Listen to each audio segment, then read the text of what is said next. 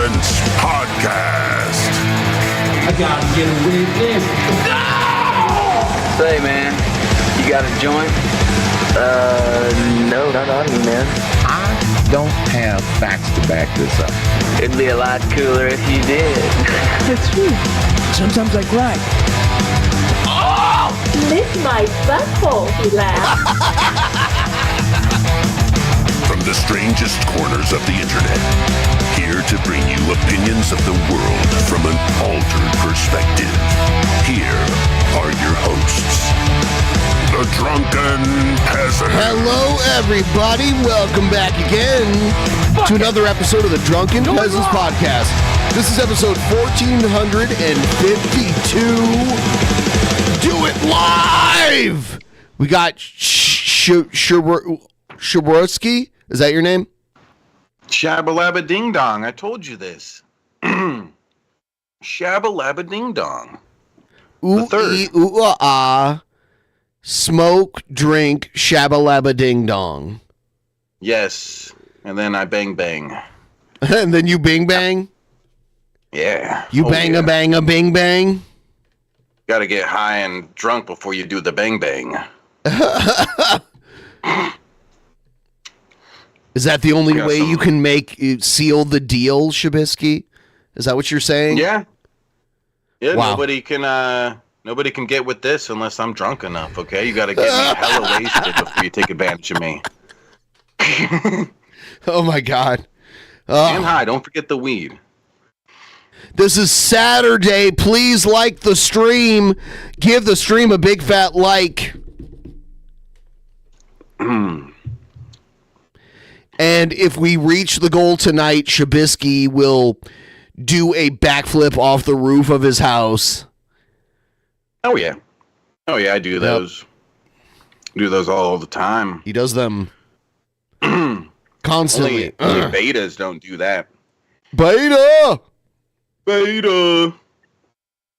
Betas fall off the roof and break their neck. Let's check out DP Action News. Let's do it! What? He told me, sir, and got me so fuming angry. People are discriminating against wolves. Wow. They're laughing at us, at our stupidity.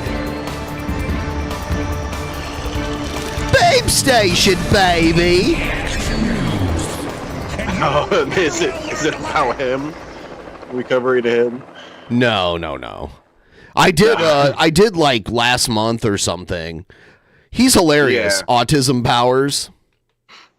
No, Yeah, we're covering Enrique Tarrio, the clearly not white leader of the white nationalist group, the Proud Boys, which is kind of funny. I wonder, like, did they push him to the top of their ranks on purpose because he's like Afro-Hispanic? I would say he probably is, which is kind of weird. Yeah, he's a Hispanic guy with probably a lot of like part of our group. He's a Hispanic guy with probably like a fair amount of African ancestry too. So yeah. I'm looking at the thumbnail, and he has like a big gap on the top teeth, and then his bottom tooth is like really trying hard to fill that gap. You could see. I think he's Cuban, and like Cuban people are like a mixture of a lot of things. Usually like Spanish, Native American, and African. So let's see or maybe he's Dominican. I don't even know. Let's see. Let's see the interview. I want to begin with where people have seen you most recently. In your latest statement today, you talked about what happened. You don't like what happened, especially to police officers, but you called the prosecution. By the way, he admitted he was wrong and apologized and pled guilty. And now that he's out and pardoned, he's like, nah, fuck this. Yeah. So disgusting. It really is. Like people when Biden, what's the word? Pardoned his son. People are like, yeah, he pardoned his son, blah, blah, blah. And then next thing you know, Trump pardons like, it's easily over 100 people, right? I don't know. No. It's 1,500 people. Wait, it's that many people? Yeah, Holy shit. And by the way, some of them didn't attack anybody. They did other things. I think anyone who went into the Capitol shouldn't have been pardoned, like into the building. Yeah. But this guy orchestrated the plot to get people to the Capitol and to encourage them to break in. Like people sedition. that took a big part in it. He had the heaviest charge. It was like 22 years in prison. Yeah. Now he's just innocent. He's an innocent man. It's like it never happened. Like legally. It really is disgusting. Legally, it's like it never happened. For yourself and so many others, a miscarriage. Do you see what you have done as anything wrong? I don't see as what I've done anything wrong. You said to the jury and the judge and the world that you did something wrong right before you went to prison. And when you do that, don't you have to put your hand on the Bible? Oh, I don't know about the Bible, but I mean, like he had to plead guilty, and then he made a statement asking for leniency because that's what happens. Before they pass a sentence, you ask for leniency and you bring character witnesses in and that kind of thing to like try to convince the judge before they sentence you that you're not as bad as this crime doesn't define you, who you are. Yeah. As a person. He's pretty nice for a white supremacist, you know? But who's not white, by the way? He's not. Pretty nice for a brown white supremacist. Indicted. I do see it as a miscarriage of justice. And I think, like I said before, I can't condone like assaults on a police officer, but I think President Trump said it right. He was going to go case by case, and he did. And it wasn't the action. No, he didn't. There was no case by case. It was a blanket pardon for all January 6th. Yeah, from what I understand, the exact quote is "fuck it, just release them all." Do it live. Well, and then also, I remember they asked him about certain people that attacked cops, and he was like, "What? Which one was that?" So no, he didn't go through carefully. He was just like, "Oh, pardon them all," and he just sat there and scribbled with a magic marker on like every executive order that day. He pardoned. It was a miscarriage no moral consistency. Of justice that he pardoned. Why he pardoned. And isn't that one and the same in the end, though? Please like the stream, by the way. Give the stream a like. No, it's not, because the process has to be fair, right? If the process isn't fair, then the process is corrupt. Enrique. If the process is corrupt, therefore the only solution to this is a pardon. And by the way, he chooses that name Enrique. That's not his birth first name. It's a whiter sounding name, which is kind of ironic. I think he wants to be like, look, our organization isn't racist because I'm not white and I'm in charge of it. You know what I mean? Yeah, that's fucking stupid. That's horrible. It's kind of like how people were like, racism is dead. We have a black president. I remember that happening when Obama was president all the time. Like, oh, racism, like there's no more racism. Our president is black. You know? It reminds me of God.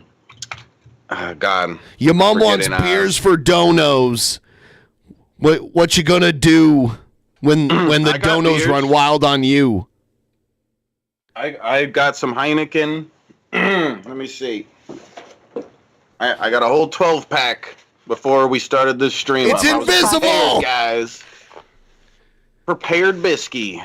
I like how we can only see the white and the red on the Yeah, it's DP beer. Hold on. Yeah, Well, we also do yellow on DP, but yes. Yeah, it has. I guess it does have the yellow because you disappeared, Shabisky. Where'd you go? Are you a magician? I'm oh, there you are. What kind of witchcraft is this, sir? It's called science. So you feel was unfair to you? I think starting the biggest one, because I don't think we have enough time on this show for me to talk about all those things. But by the way, that's their uniform. It's this yellow and black Perry polo shirt. Looks like he's about to go golfing or something. It's a polo shirt. I think the biggest problem that we had is the jury pool. It wasn't fair not only to the J6ers, but it's also unfair to those jurors to be seated. An example in my case, like polo is a sport that's very popular among like the elites in various parts of the world, especially like the British royalty. They play polo, and it's basically a sport where you sit on a horse and you have like a really long like club. You know, it's actually like a long hammer, and you hit a ball. It's kind of like soccer or hockey, but you're on a horse and you're hitting a ball through a goal that way.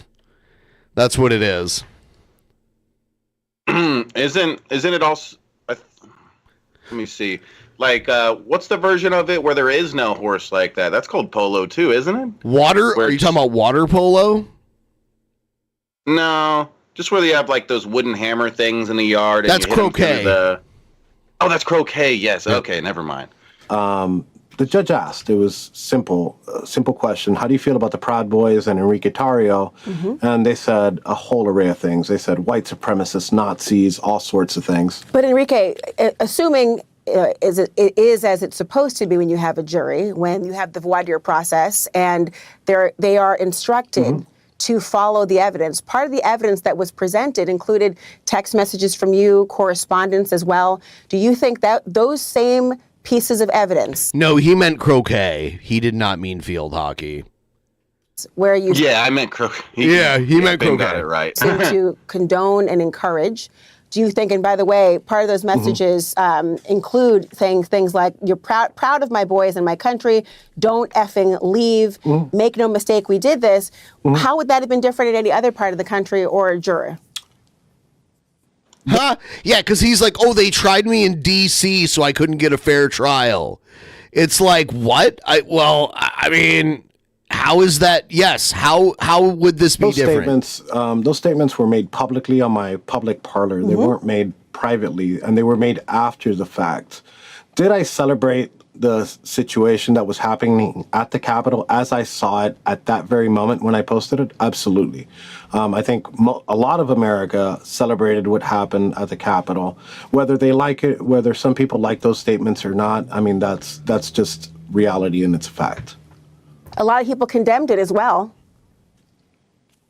I wholehearteady agree, and they have the rights to their opinion, and I'll defend their rights to say that, just as I defend the rights of anybody's. He's very passive. He's not very fiery here. He's kind of like, yeah, well, you know, I feel this way, and other people feel another way.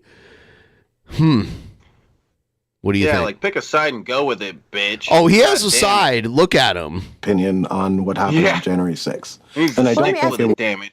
I like how he got the MAGA hat that's yellow to fit with his yellow gang colors. It was a revision of history. I'm sorry, go ahead. White gang. No, I want you to finish your point, but I just remember your sentencing. You called it a national embarrassment. You spoke about how you felt you apologized to police officers and lawmakers who fled in fear that day. One of the things you said was, I am extremely ashamed and disappointed that they were caused grief and suffering, and I will have to live with that shame and disappointment for the rest of my life. I thought of myself morally above others, and this trial has humbled me and showed me how wrong I truly was. There's his own statement from his sentencing. Sitting here today, do you no longer believe those statements? I was lying.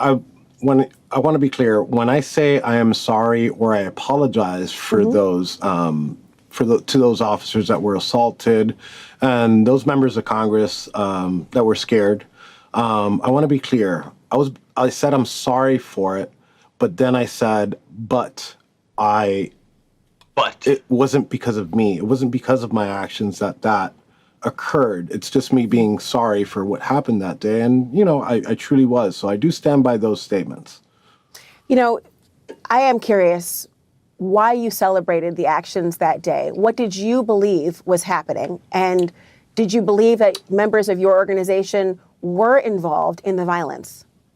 Daddy Trump told me the election was getting stolen, so I got all mad with all my friends. Yep. We fought for democracy. You know what actually no, but it's deeper with him. they planned this. Like even Trump said on his Twitter, this is going to be a wild time. He said it's going to be a wild time. They plan to have this rally the day of the certification, walking distance from the Capitol where the certification was happening. And his group and the Oath Keepers, which is another far-right group, it was proven through evidence that they had planned to usher in as many people into the Capitol as they could. So that's why he was sentenced to 22 years in prison. As of right now that I could think of, no Proud Boys were convicted of like direct assault on a police officer. No, you got incitement is a thing. They went there with a plan to incite a riot, and they knew they were appealing to the lowest common denominator when they were doing it. That's what this is all about. They walked in and they walked out. Well, you say they walked in and walked out. Dominic Pizzola, who's a member of your group, as I understand it, smashed open a window. Mm-hmm. He allowed rioters to enter the Capitol. Mm-hmm. Quote, robbed a Capitol police looks like he used a cop shield to do it. They stole shields from cops because they beat up a bunch of cops. But also, like, Nick Fuentes was there too, and he didn't go in. But there were a whole bunch of Nick Fuentes America First flags in the Capitol because a bunch of his followers went in too. I was really disappointed that Nick Fuentes did not also get prosecuted like these guys did. Seriously. Yeah. That's not just walking in and out. He would have been pardoned, though. And the reason I understand that you were saying that you were innocent of the charges that you were indicted of, it's being very dismissive of what has been alleged and what we've seen, don't you think? Zero DP fans there, ya mum. Oh, here's another thing in my case with Dominic Pizzola, and Dominic Pizzola could probably talk to you about his actions that day, but they superseded the indictment and they brought Dominic Pizzola in because they didn't have enough on Ethan Nordine, myself, Joe Biggs, and Zachary Real. He was actually, what the DOJ did with him is they paraded him from different indictments as time progressed in order to muddy the waters for the situation of other defendants also. But he was violent that day, whether he was part of it, superseding indictment. I wonder, you have been known as... Do you think Trump pardoning these people will lead to another insurrection? I think these people are going to try to keep their nose clean, but I could be wrong. Maybe they're insane. The one guy, we're going to watch the QAnon shaman guy in a minute here. He did an interview. He did like a debate/interview with Piers Morgan, and he's insane. That fucker is crazy. At least even these this guy here, Tarrio, he doesn't strike me as insane. He's more calculated. So, I don't know. Yeah, just stupid. But just with the people that went there, like, aside, just in general, it seems like it kind of sends the message that, like we said on the last show, like, you can do the bad things as long as it's in the name of Trump. Yeah. Seems like this is going to lead to another bad event. He can pardon it again as long as it happens in the next 4 years. Trump can pardon any bad thing done in his name in the next 4 years. Keep that in mind. Leader of the Proud There's no way to stop it, too. Boys, I know in recent statements you have said that the media should no longer refer to you as the ex-leader and that you're not providing, as of 4 years ago, information on the structure of the Proud Boys. But assuming you are viewed as the leader of the Proud Boys, do you take any responsibility for how members of the organization conducted themselves? I can't take responsibility for something that I didn't do. So you take issue with the prosecutors even presenting evidence that you encouraged those members, that you weren't hands off? I didn't really know what was going on, but I did see, and to me, what I really thought was some Trump supporters took a Capitol tour. I didn't know. I went didn't wild. see. I didn't know. I didn't see. I didn't know. I didn't see. I didn't see it. What? What happened? He was ignorant of everything. I didn't know. I didn't see. That somebody had broken into the building. Nothing. You really didn't think that it happened, Enrique? I mean, it strains credulity for me. I mean, given that you had this, I think it was called the Ministry. What a fucking liar. Of self-defense. People looked at you and the trial proceeded. And again, look at them I just understand walking in and walking out. Yeah, look at this. And the case has been prosecuted. They weren't crushing a cop in a revolving or like it was some kind of door. They were like crushing him in the fucking door. I saw an interview with that guy earlier today. Yeah, like the fact that they attacked cops is something that like I feel like that makes this just like super disgusting. They can't pretend to support cops again after this. Well, they will. I can't say they can't. To them, they'll justify anything. In the name of Trump. He's their god. And has been convicted. But I want to stay on this point. You really didn't know that there was an extent of the violence that took place as you were celebrating or watching it? You had no part in the plan. At the very moment, the scenes that you're showing right now, at that very moment. It was way worse than Portland. It was way worse than Portland. Dude, I went to Portland around this time. Yes, way worse than Portland, way worse than Seattle. I live in Seattle. Yes, this is worse. Absolutely. That's not what I tuned into. But at the very least, you knew it wasn't a tour of some Trump supporters in the Capitol, right? We can be honest about that. I would wholeheartedly agree that it definitely wasn't a tour.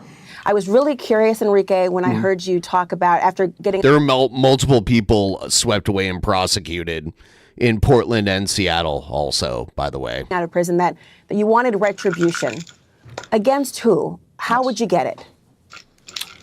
So let's talk about what retribution is, because I did, in most interviews, I did clear up what I meant by retribution. I meant investigations. Huh? So, he said, I want retribution. Well, I mean, like, investigations. They need to be investigated. And if they did everything correct and they did everything by the book, there shouldn't be anything for them to worry about. Who's the they? There shouldn't be. Who's they? Here, I want to be unequivocally clear. That unequivocally answering questions. By no means am I hard. asking for violent retribution to anybody. I don't condone any violence towards who's they? Any elected official. Actually, I don't condone violence to any human being. I know who he means. But I do think that it needs to be the process needs to be investigated. And so, who would you be investigating? The prosecutors, the attorney general. Right? What does that look like? I mean, I'm not in the legal field, but I think we should start from the top to the bottom. I think we should start with Merrick Garland, move our way down to Matthew Graves, and specifically in most of these J6 cases, some of the lead prosecutors in this case. Do you believe that, given the platform that you have, Enrique, and frankly... We're so proud to be boys. So he's saying that they should go after the lead prosecutors for the January 6th thing now. Yep. Now, so, okay, let's just turn everything upside down. Biden may have pardoned them. He pardoned a whole bunch of people, and they're like, whoa, he pardoned too many people. But honestly, like, he could try to prosecute everybody. He complained about Joe Biden weaponizing the Justice Department, and now he could very well do it. We'll see. He's got a long time. 4 years is a long time. Everyone out there right now, think about how old you'll be in 4 years from now. And then you'll realize how long of a time that is. Yeah, it is kind of crazy. I'll be Add 37. 4 years to your age. How old you going to be? Put how old you... Shut up, you mom. You're not... Shut up, liar.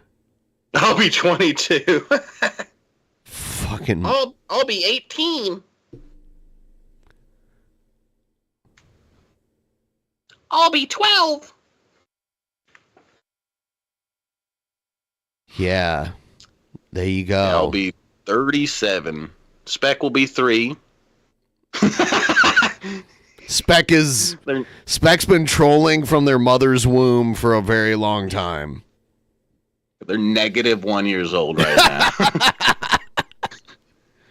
I have to pee really quick, and then we'll watch some more of this. I'll be right back. Yo.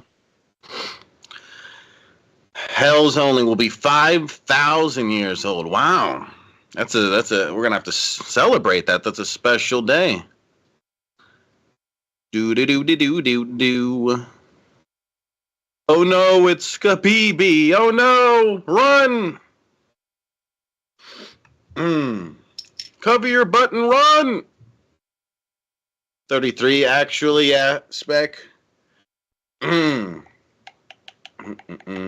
an old man. I'm gonna be 37. Do a beer, ya mom? I thought you were gonna tip to make me do a beer. Tip, ya mom? Help us out with the cool guy goal up there. We are 52% in on the goal. 52.15. 52. Do a weed. I was just about to do that, actually. Let me see. Let me get one of these beers. No. I'm 33, Sapphire. I'm saying by the time, by the end of Trump's term, like Ben was saying, add 4 years.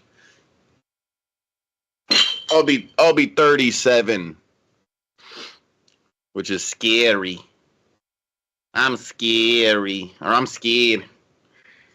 I don't want to be old. I'm so scared. Shabisky is 65 and doesn't look a day over 60. That's true. People are always complimenting me on that. Those beers look tasty. Yeah, can we get a little bit of tips coming through for me to chug this first beer? Yeah, Sapphire. We're getting old, Sapphire. Shaboldsky. All right. I'm going to do the T-Bob challenge, see if I'm gay or not, or how gay I am. The clout you Obviously, have for those who follow you. That you have invited an investigation that may not be above board or that might result in people who are not officially in the law enforcement community or investigative capacity, that they might take it upon themselves to kind of have a vigilante approach, even if nonviolent. What is that you drinking? It's an energy drink. I don't think that anybody should be vigilantes and do it themselves, but to talk about the investigations themselves, it speaks to a broader issue, the broader issue of how many laws we have in this country. So the criminal justice reform is something big, and it's something that needs to be talked about more. Would you be willing to, or are you seeking an invitation from the White House to discuss those very ideas that you have about reform? Have you been invited or had any correspondence with President Trump or any member of his administration about that?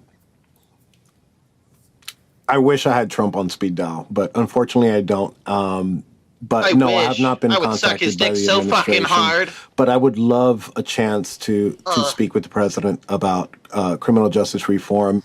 We'll see if he does invite that conversation. All right. So what I meant when I said I was guilty and that I was sorry was this totally different thing. Dude, look at Trump looking so fat in that coat. Damn. What a fat fuck. I hate him. Fuck you, Trump. So tired of him. All right, here's a little more from Enrique. What was his real name? Hold on. What was his real name? Enrique Tarrio. His real name is Henry Tarrio. Enrique. So he changed his first name to sound more Hispanic. He is Hispanic. I mean, Tarrio. Is he Cuban? Let me see. Yes, he is Cuban. So like, if you're Cuban, you probably got some Spanish in you. You probably got some like maybe native. You might have some African in you, and also He's probably like half Cuban or something. I don't know. Said he was born in Miami. He used to be Henry. Now he's Henrique. Enrique. There's absolutely nothing. Henri. Dude, that's pretty cringy and like transparent for him to change his name like that. He's their dude to be like, we're not racist. We're just like proud to be Americans or whatever. See, I ain't racist. I got a Hispanic friend. See? Well, yeah. Well, it's I ain't racist. The leader of our white nationalist group isn't white. I'm not racist. Just a leader of our racist group. You know, our leader of our racist group is a little brown. You see? Cuban B. There's absolutely nothing I will apologize for, because I did nothing wrong. The Proud Boys did nothing wrong, and American patriots did nothing wrong. Asterisk. There might be some people in there. It's called an asterisk, I believe, not asterisk. Is it an Hold on. Maybe I'm wrong. Let's see. It's called an asterisk. Asterisk. He said asterisk? Nothing wrong. The Proud Boys did nothing wrong, and American patriots did nothing wrong. Asterisk. Asterisk. Asterisk. Asterisk. There might be some people in there that were violent. Asterisk. He's gonna. The process is corrupt, so they do deserve a pardon. Asterisks with each other. He's got a Motley Crue shirt on. And a MAGA hat.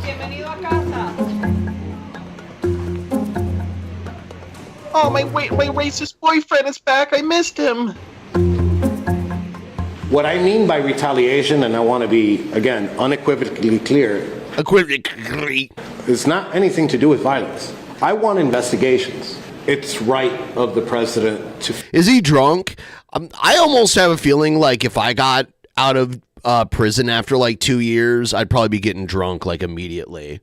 So I don't know. Yeah. I don't know. I would probably be. So maybe I'd be like a crap. So I'm not going to hold that against him. Just to, like, this is a lot of pressure on him getting these interviews and stuff. I'd probably be a little. Oh, he wants them. Oh, no. It's not pressure, dude. This is how he's about to make his money. Now that he's free, he's about to. He doesn't want this. Oh, it's just it's a lot on his choice. He doesn't have to sit here, dude. He could get off the plane, walk straight to a car, and leave. He doesn't have to have his lawyer there with him and be doing a press conference. And he doesn't have to be on CNN. Of the Ku Klux Klan. He has things to do. He's got responsibilities, Ben. On success, he's their leader. He sees the dollar signs, and he'll probably get paid. Those were his words. That's what President Trump is going to focus on. If he like how much would. It doesn't matter, like if he keeps his nose clean and doesn't commit any more crimes, he could make like a big career off of this. He's been given a totally clean criminal slate now. Oh yeah, he's going to focus on success. Yeah, when you got this much attention on you on the news, it's like, yeah, you could be like the next Andrew Tate or something like that, getting all this attention, making all this money. The thing that's really concerning to me is like the media figures that are bending the knee. Like Trump is fully normalized now. Like before, people were really afraid to kind of like align with Trump because he was so divisive. And now it's like he's so normalized because he's been working. He was president for 4 years, and then he worked in for another 4, and now he's back for another 4. He's yeah. It does seem like more people are conforming to that whole thing. Most people are not politically relevant for as long as Trump. Like usually, you know, if you're the president and then you run for re-election and you lose, you don't run again the next time. Most people don't. Like George H.W. Bush didn't run again after he lost.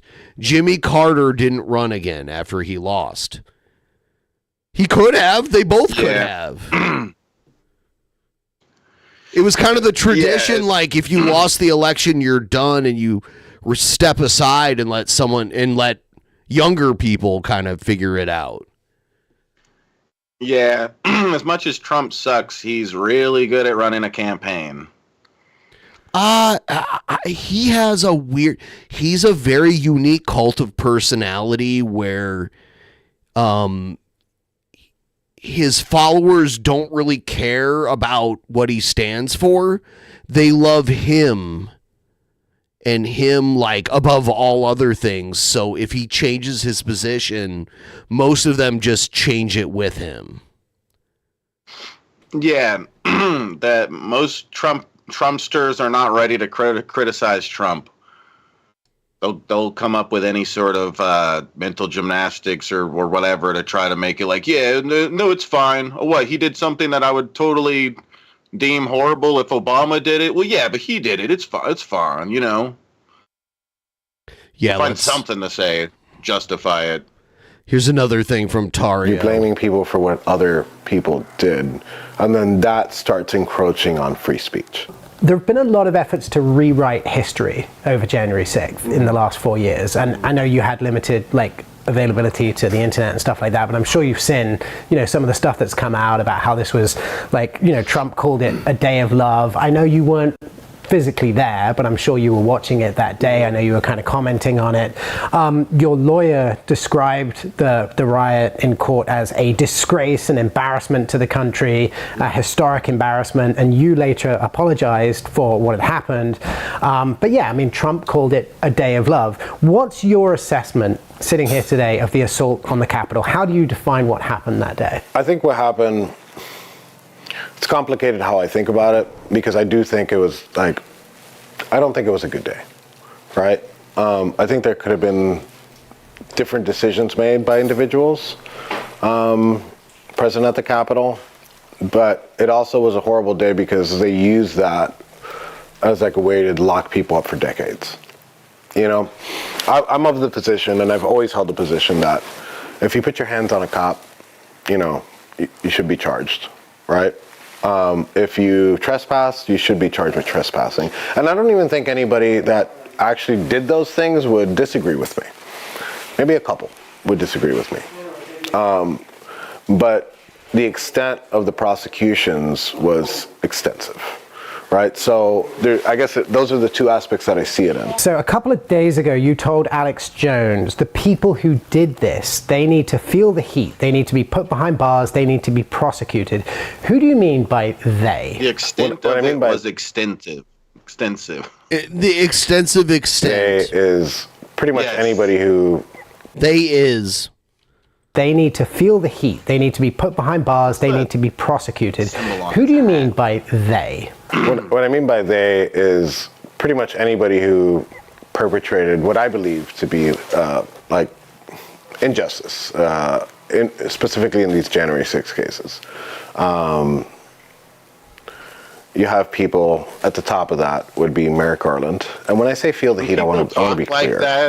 You can tell they have a really hard time speaking. Let's drill into that for a minute. Or whatnot. But also, it kind of reminds me of trying to write a middle school, doing a middle school assignment where you have to meet so many words. It's like an extensive extent. Its extent was extensive. I don't know. It just seems like trying to go out of your way to put extra words in there when it's not necessary. There, because Trump not only pardoned people like yourself who weren't there, right, and who were basically prosecuted for sending messages and organizing and all the rest of it, but he also pardoned a bunch of people who did physically assault cops, threw stuff at cops, pepper sprayed cops, all of that stuff. Beat them with clubs. Where do you stand morally right now on that? I think a lot of people are missing the point of why those people were pardoned, right? Because if you assaulted a police officer, you shouldn't be pardoned. But within that scope, right, the process has to be fair. If the process isn't fair, then the process is corrupt. If the process is corrupt, the pardon is deserved, right? So it's like a lot of people are focusing on what the person did. I don't think a lot of people, if there's a video of you smashing a cop with a club or pepper spraying a cop, I don't think there's many people in America that could say He's like, oh, if someone assaults a cop, they should be prosecuted. But if they're being prosecuted and there's some corruption involved, then a pardon is necessary. Like, what? So if there's corruption involved in it, that means that they should get off completely free, nothing, no jail time, nothing because of that? How does that have any bearing on whether they did the right or wrong thing? That doesn't. That's to do with the system and whether it's corrupt. That's completely separate. Well, that was the right thing. But when you look at the actual, when they arrested that person, how they prosecuted them, how the motions were filed, what was allowed, the juries were a big ordeal in D.C., in my case and all the other cases. So if there is a miscarriage of justice, a pardon is deserved. And it's not, my position is, it's not for, it shouldn't just be for J6ers. I think that there should be a swath of pardons. I'm going to go ahead and say Biden pardoning, I think it was 1,500, or commuting the sentences of 1,500 nonviolent drug offenders was the correct thing to do. And I was happy he did it. In the facility where I was in, there was 22 people that, while I was getting processed to get let go, there was 22 people being processed that they didn't even know that they got their sentences commuted as of yet. So those people are home and back with their families. And I think my gripe is with the system. Okay. So he committed the crime in D.C. He was prosecuted for the crime in D.C. I don't see what the issue is. Yeah. This guy's an idiot. He needs to take all this money he's getting from getting interviewed and go fix his fucking teeth. In the meantime, we do want to bring in some more of these Capitol-related headlines. I want to put this up because I think this is interesting because after President Trump pardoned the more than 1,500 defendants charged and convicted in the January 6th Capitol riot, we have seen some of them released from prison, including two of them who got the really steepest sentences. I'm talking about Stuart Rhodes. He's the founder of the Oath Keepers, a right-wing militia, and Enrique Tarrio, the founder of the Proud Boys, who also got a steep sentence. It's funny how there's this channel, Fox. It's like Live Now, Fox. Upwards of 20 years, and they are now out as free men after these pardons. It seems like they have a bunch of different names. Commutation. Yeah, there's so many. There's like Fox Business. And so much so that Stuart Rhodes was seen in a House office building cafeteria on Capitol Hill mere days ago. But now I want to put up this tweet from Kyle Cheney at Politico saying this: just in, Judge Mehta, that's Amit Mehta in D.C., has barred Stuart Rhodes and other Oath Keepers whose sentences were commuted from going into Washington or the U.S. Capitol without permission from the court. So that's interesting because we've heard from some Republican lawmakers, including Colorado Republican Congresswoman Lauren Boebert, saying that she would invite some of these newly pardoned January 6th defendants to tour the Capitol alongside her. There was also a report in CNN a couple of days ago that the White House is even considering inviting some of these newly pardoned January 6th prisoners, as they were known. So they banned them to the White House in some type of formal setting. So not entirely sure if or when that will happen, but it was reported. It goes from them being arrested to them being treated like celebrities and shit. It's like, yeah, now they're getting invited to the White House. Yeah. What? Into a bit of Tarrio. He was taking questions from reporters today. Now that he is... All right. His upper lip is pretty wet.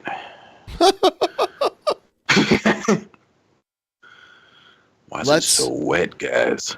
We should check out this new one from the Walnut Grove. Check it out. Yay!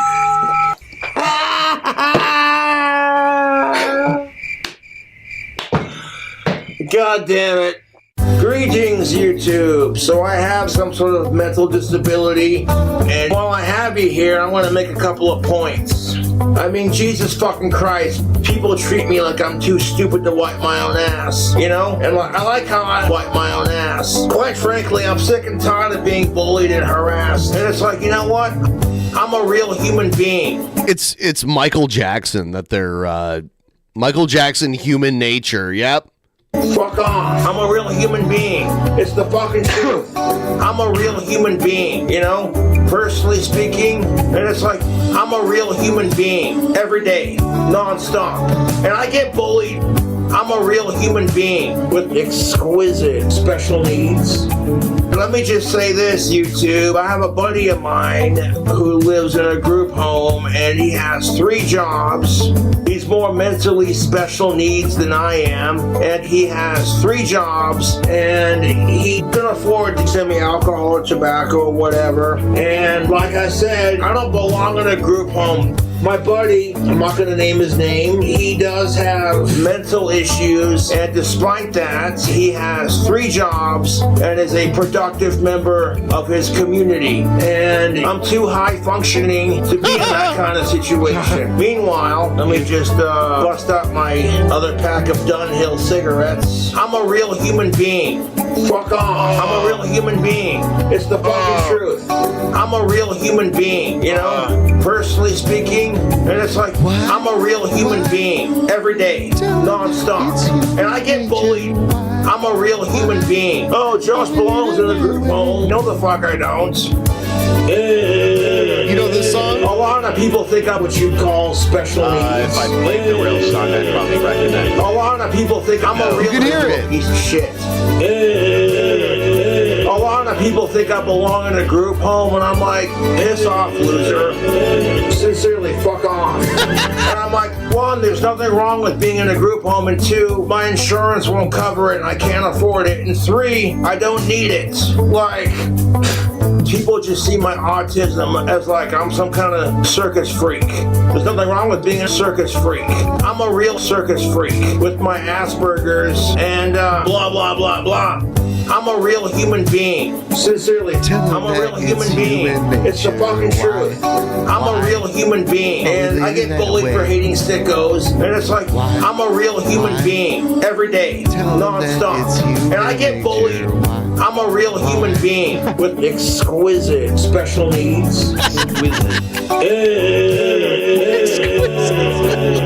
Fuck off. Cobra Jackson, yeah. Fuck off. Dude, that was so good. Fuck off. That was so cute. Oh my god. Fuck sickos.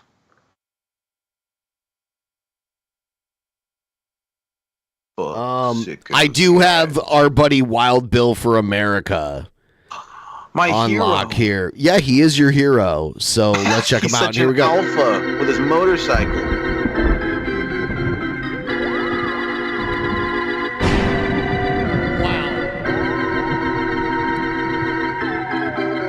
I should turn off that goddamn internet.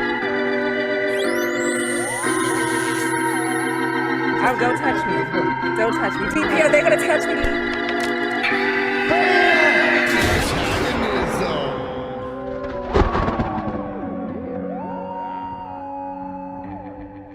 America bless God. Once again, here we go. Yeah! Look at this old fucker. You know, as much as I think he's gross, after like a decade of watching this old fucking geezer, I kind of have a weird affinity for the man Wild Bill. The way he's dressed, you would think that he like owns a farm or something. Nope, he lives probably in a retirement home. And I will say, he's wearing his clean vest now. He has a vest that has like his biker patches all over it. He's a biker gangbanger. And his boys gangbang. Good morning, everybody. Man, it's a frosty morning today. It's prayer time. Waiting for the sunrise. The new year is here, and when Donald Trump is sworn in, It begins a 4-year reprieve from the lunacy of left-wing politics. So what are we going to do with it? Well, my new coffee cup says, "Be the warrior God has called you to be." Now's the time for the lion hearts of America to rise up and roar. The USA, and particularly our nation's moral and ethical standards, are under attack. This is the same shit, though, right? Like, this is the same standard Wild Bill shtick. Yeah, and it doesn't seem very warrior-like. I feel like a warrior wouldn't be like, okay, I'm going to sit at home and drink coffee and complain on YouTube about it. Let me wear my red bandana and my cool flannel shirt. It's sweet. My leather vest. You guys know about my motorcycle, too? Ooh. Yeah. It's time for God and country Americans to push back hard against the wickedness that is destroying our children and threatening the very existence of this constitutional republic. Be the warrior God has called you to be. No more will we tolerate girly men demanding that we join them in their lie and call them women. Nor more will we tolerate teachers or anybody else telling our children that they were born in the wrong body and need to be sliced up by depraved doctors to fix what God did wrong. When is that a thing? Teachers telling kids that they were born in the wrong body. There's always just this silly... That's usually like a therapist that would say something like that, and they wouldn't just say it. There'd have to be a reason. Yeah, it's this silly mischaracterization of like what's happening and everything. It's just they do this constantly. The people on the right when there's some sort of like it's the war against Christmas.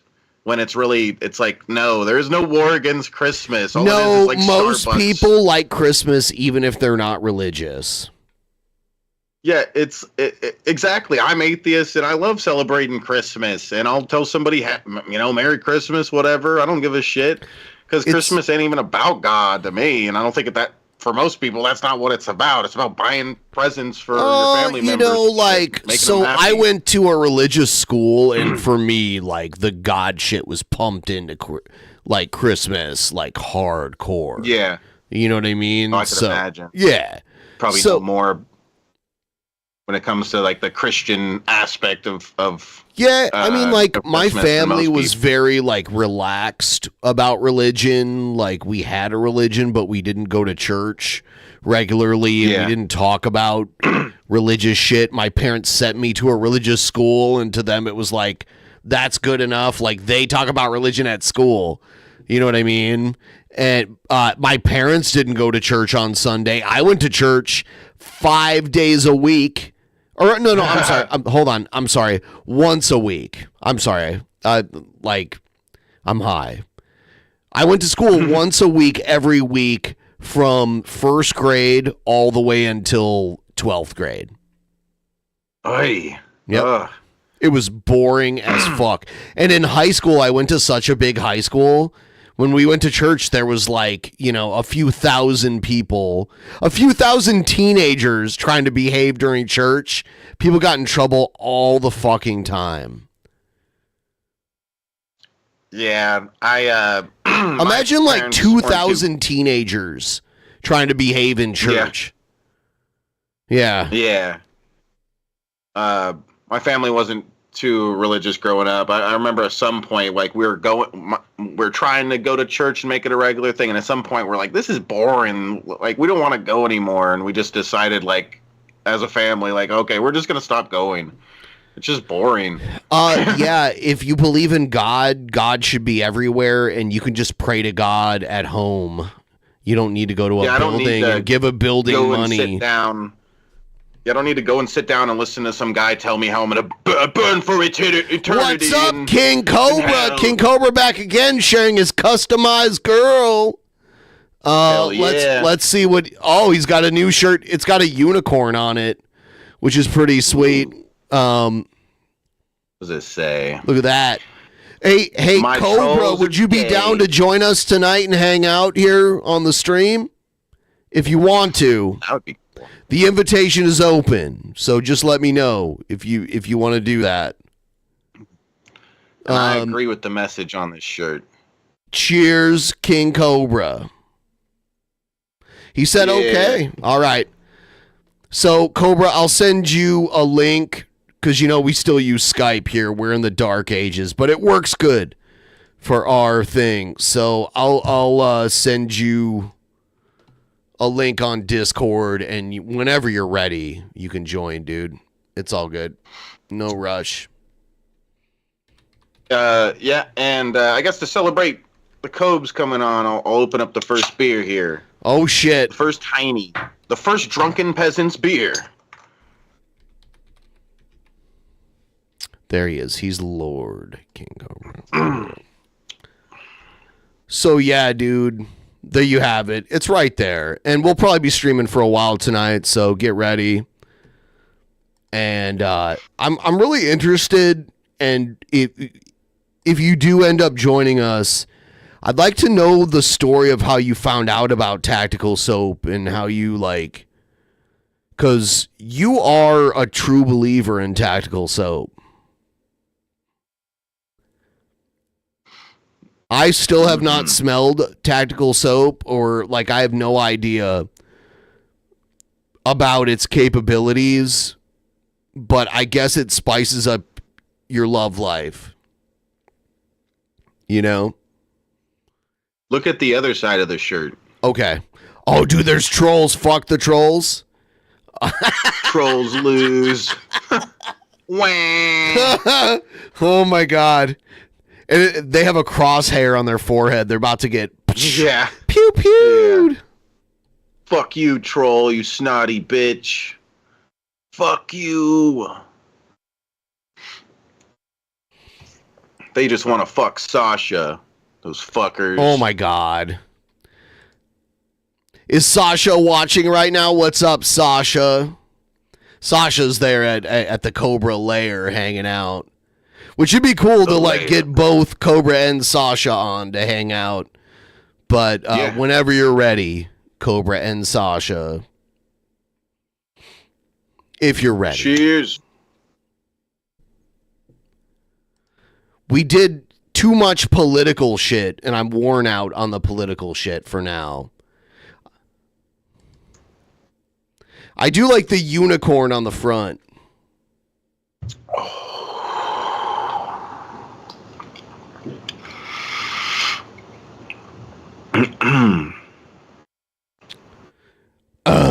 So majestic. Yes.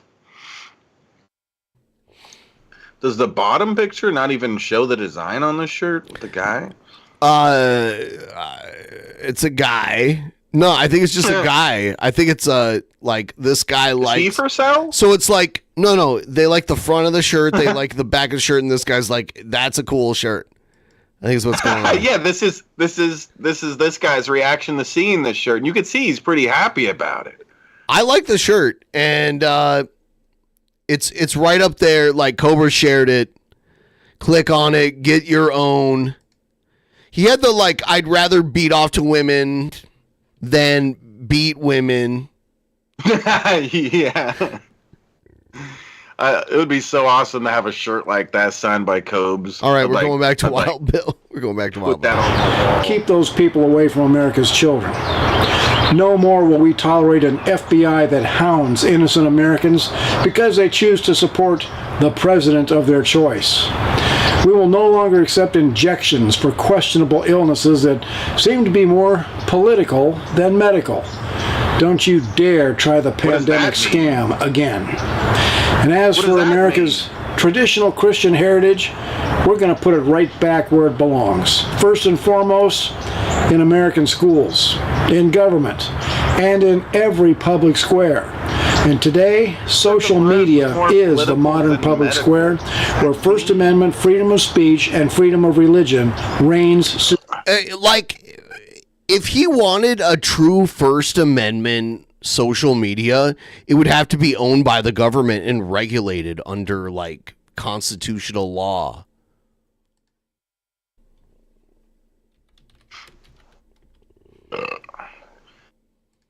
Yeah, Bill needs to work on getting some bills and getting them signed by people so we can make some actual change in this country rather than sit in a stupid yard like this. Supreme. What an idiot.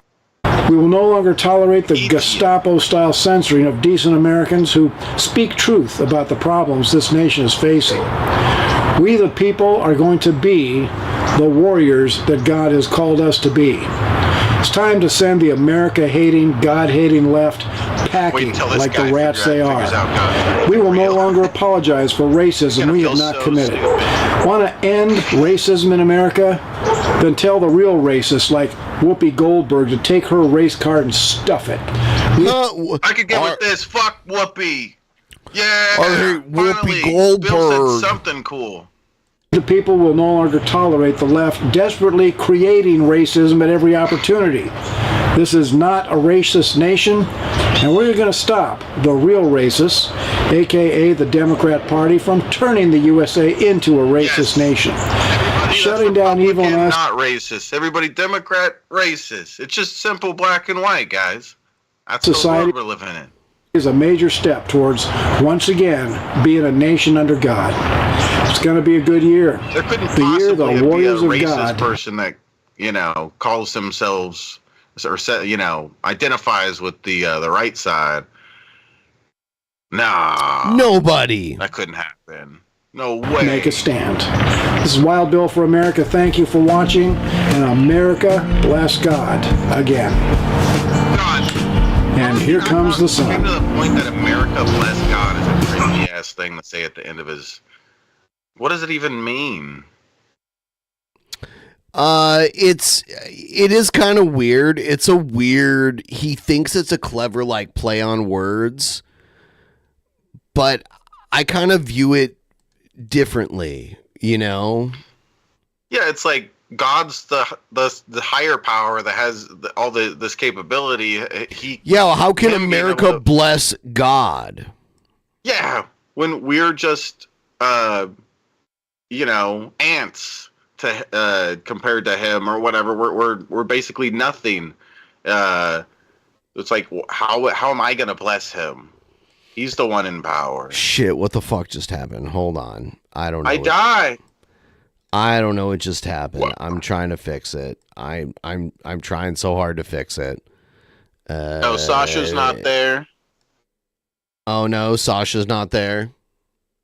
It's cool. So, Cobes, you can come hang out, Yeah. We can drink a little bit, Cobes. Yeah. I don't know if you got anything to drink. Damn it, Bobby. Damn it, Bishki. Let's see. So this is January 6th. These are the hostages. So this is a big one. Wait. Did he refer to the people that got arrested as hostages? Yes, he did. Yes, the fuck? You didn't hear that? It's so annoying. Oh my god, hostages. And what victims they are. They deserve reparations after they get pardoned too. Those poor victims, especially the ones with. I don't know what to make of it. They lost, as you said, the moral high ground. I agree with J.D. Vance that anybody who hit a police officer should not be pardoned. I never thought I'd share a panel with a violent insurrectionist, but yeah, they have the QAnon guy on here. Dude, I didn't storm anything. I entered the building illegally to stop vandalism, violence, and theft. And I literally stood in front of an angry mob and told everybody to go home because Donald Trump said to go home. I played his video tweet on my megaphone. None of this was said in the media. The narrative was the house of cards. Trump says they're hostages. They're only victims of their own actions. When you put a blanket pardon like this, it is offensive. My heart goes out to him because to me, he was a victim. Allow me to apologize to the police on behalf of all J6ers and all Trump supporters for what happened to you guys on that day. I've met Jacob in person. What the media told us about this guy, he's a monster. He did this. I met him in person. I interviewed him. Amazing guy. You are condemning the rioters who committed acts of violence. He sucked me off. He's amazing. Yes, Pierce, it looked bad. But you know what? You believe the system's cheating you. You go to the system and you protest. These people felt like they were cheated. And you know what? They were. No, I applaud President Trump for doing that. They were political prisoners. Said they were. There will be from time to time, Trump. And he ultimately gets the final say on every law and every government. But of course, it doesn't really work like that. Politicians call the shots. Yeah, that's called the intrusive R. That's part of a British accent. Yeah. Yeah, seriously, it's called the intrusive R. Yeah, it's something I really find like entertaining as other, like the way people speak and everything, like lore. I love it. It's funny. Yeah. Pulls the trigger. He has no direct power that comes anywhere close to the presidential pardon, a positively kingly command that has dominated debate in America in the final days of Biden and the first days of President Trump. They're going to make this the new president has uncensored. He delivered should on his cuss promise to more. pardon what he They calls do, the hostages though. of January. I will say he does let them swear. Like, I swear way more than them, though. And we don't call this Drunken Peasants uncensored. You know, they need to, like, pick it up a bit here. They're going to have that as part of their title. Like, fucking throw a couple extra fucks and shit out there. Come on, guys. 100 defendants are cleared, including, wrongly in my view, the violent offenders. It ends what became the biggest criminal investigation in FBI history. I've already served a long period of time, and I made a decision to give a pardon. Joe Biden gave a pardon yesterday to a lot of criminals. These are criminals that he gave a pardon to. And you should be asking that question. Why did he give a pardon to all of these people that committed crimes? Why did he give a pardon to the J6 Unselect Committee? I've been trying to join the Air Force for a while. It's been taking a frustratingly long time, but with all the Trump shit, I don't know if I can join in good conscience. It kind of feels like joining the Nazi military. Yeah, that is kind of weird. It is kind of weird. I do have to say. Cheers. I don't know. Decide for yourself. Gets to the heart of the debate here. I've made my feelings clear on January 6th many times. Those were deeply unedifying scenes for America. There's no doubt that some people who found themselves in the wrong place at the wrong moment were very harshly treated, overly harshly. There's also no doubt that some of the rioters behaved like viciously violent thugs and deserve to be sent to jail for considerable periods of time. But as Trump says, they were sent to jail for their crimes. Joe Biden's vast wave of parting pardons, including a notorious cop killer, mean we can never find out if some of his allies and relatives ever committed crimes in the first place. First, there was Hunter, his son, completely insulated from prosecution in the manner that Joe Biden swore he would never do. Next, in his final moments, came most of Biden's family, along with the J6 committee and Dr. Fauci, too. Biden says this was necessary because he fears the weaponization of the justice system for political means. But maybe the reason he fears it is the 4-year lawfare on Trump, which came from Democrats. Well, the J6 pardons are worth debating, and we will. But Democrats might find skip Pierce. I want to get to the debate in the middle here. Sorry. I was setting up something else just in case Cobra comes on. Fascinating. Okay. Oh, this is the panel I wanted. I think that was Angry Patriot, Vinny Oshana. Remember this guy? Wajahat Ali. That guy looks like his face is going to Jacob explode. Chansley, formerly known as the QAnon Shaman, the guy with long hair. Pardoned by Donald Trump. And by a former Capitol Police officer who was attacked on January the 6th at the Capitol, Winston Pigeon. So thank you all for joining me. Greatly appreciate it. Is that guy's name really Winston let me start with Pigeon? you. How hamstrung do you feel about launching a full throttle attack? As I know like you've been doing and itching to do about Trump's abuse of the pardon system as you see it, given Joe Biden's obvious, blatant abuse, which we've just heard from Victor Davis Hanson, unprecedented apart from when Ford pardoned Nixon. We've never seen preemptive pardons like this. How neutered do you feel? I mean, do you feel like every time you try and go after Trump for this, everyone on the right will go, hang on, what about your guy? No, gotta admit, it's kind I'm of not funny worried about that he that. gets invited on the Piers Morgan show and he wears a Batman shirt. Like, everybody, most of the people that go on here, like, put on a nice shirt or whatever, like Piers Morgan is dressed up. He fucking comes on with a Batman shirt. And it's interesting that I never thought I'd be old enough to share a panel with a violent insurrectionist who voluntarily joined a mob incited by Trump to overthrow a free and fair election. But this is America. And to answer your question, Pierce, I actually want to read very quickly some words by an author who I agree with, who shares my sentiments. I'm going to quote him very quickly. Hells only. The Republican Senate cowards should hang their heads in shame. Pretending the Capitol riot wasn't a Trump-inspired insurrection is that he's reading Pierce Morgan's own words from January 6th. Deluded as saying 9/11 had nothing to do with bin Laden's terrorism. The author continues, and I completely agree with this author, that Donald Trump was the man whose ugly, violent rhetoric directly led to what happened on January 6th. He took the most powerful megaphone in the world and he screamed at his enraged, unhinged, diehard fan base to go to the Capitol that day and fight for his presidency, that he lied about being stolen from him. So that's exactly what thousands of them did. Oh my Many God, of the what an rioters have said it asshole. in their own words. You see the guy with long hair, he's like, oh. Yeah, him. Yawning. Yeah, what they do here is they stagger them. So the guy with the really deep tan on the left, rolling his eyes, he's conservative. The guy to the right of him is left, and then the guy to the right of him is obviously the fucking lunatic QAnon shaman, and then the guy to the right of him is like a leftist too. I have to piss really quick, so I'll be right. He's a cop. Yes. But, yes. okay, yeah. But he was there. I mean, but he's anti-Trump. Yeah. I guess by leftist, I mean he's like pro-democracy and shit. Yeah, you're probably right to call him a leftist. Yeah, I don't know. Here we go. Probably. All right. So let's see here. Wonder when the king is gonna come join us. Shut up, Tubby. Yeah, see, Supergirl gets it. Oh, I look like little pixely. I look all pixely on the stream too. Pixely bisky. Yeah, I do look pixely. I'm like Minecraft bisky or something.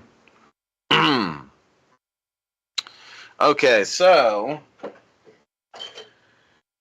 I got more beer. I'm gonna go ahead and chug a beer for that last tip that came through. It was a $20 tip. Hopefully we can keep it coming through. We're doing good on the goal. Pix Bisky, yeah, that's me. That's me. Yeah, Roger. No, it's something on Ben's end that's making me pixely. It's not mine. Oh, blah. It's not my camera. Trust me, my camera's way too expensive to be all pixely. Yes, Kabibi. Yeah, I blame Ben for everything that ever happened. I blame him for January 6th. I blame him for the Holocaust. And I blame him for me being pixely right now. God damn it. God damn it. Yeah, now it's Drunken Peasants censored. It's not fully censored, but, partially. Boom, boom, boom, boom. Shut up, Tubby, you dork. And yeah, everybody hit the like button on the stream. It really helps the stream do better, and YouTube will push it out to more viewers and stuff. The more likes we get, let's try to get to 100. Thank you. 100 likes. That it was Trump's command that drove them to the Congress. For some reason, I was all pixely when you put me full screen there. I don't know why. Really? Yeah, if you put it back, but deal with that. Yeah, you see how pixely I am? That is weird. I don't know why that is that way. Yeah. I don't know. I'm not gonna fuck with it now. Yeah, obviously we don't want to worry about that right now. Just pointing it out. That is weird though. I don't know why. Because like when we're in this view, you're not, right? Yeah, it doesn't seem like it's blurry, although it's. But you're a lot smaller. Yeah. And I could see that my feed to you it doesn't look. I don't think But it's what about big sleep, but I don't. Here's another one. What about this one? This is way smoother. Yeah, right? now it's smooth. Yeah. That's weird. What's wrong with? Yeah, now you can see how smooth my hat is. It's all smooth instead of pixelated. Life ain't what it seems. It ain't no fucking dream. She'll get a drip up on your shit and make sure your pipes clean. Do you know that? I've never heard that. Really? At least not that I can think of. Doesn't sound familiar. My shit'll get flagged if I play it for you, which sucks. Yeah, it is what it is. That's what private shows are for, right? Yeah. And finally, shame on Donald Trump for continuing to perpetuate a grotesque, inflammatory lie that threatens to imperil the very foundation of American democracy, end quote. That was you, Piers Morgan, 4 years ago in the Daily Mail. I share your sentiment. Yeah, it was me. That is what I wrote at the time. That is what I felt at the time. I hate how the fucking QAnon shaman has a mole like right in between his eyes. That's so weird. Yeah. I've looked at it a lot during this. Yeah, I'm like, sure I'm right there with mole, bloody mole. And I didn't think we'd ever see Donald Trump run for office again. I was wrong. Not wrong So what about. changed? I wasn't wrong about What the changed? sentiments I expressed that day. I thought it was horrendous. However, the pardons have happened. Jacob Chancellor, you became incredibly well known because of the image of you as a QAnon shaman at the time. I believe you've now renounced QAnon. You're no longer a QAnon identifying person. A, is that correct? How do you identify? Can I just verify that with you? QAnon is a fiction created by the mockingbirds and the media to discredit Q and the anons that follow Q. So I was never a part of any QAnon, community. Jesus. I've always, just followed Q.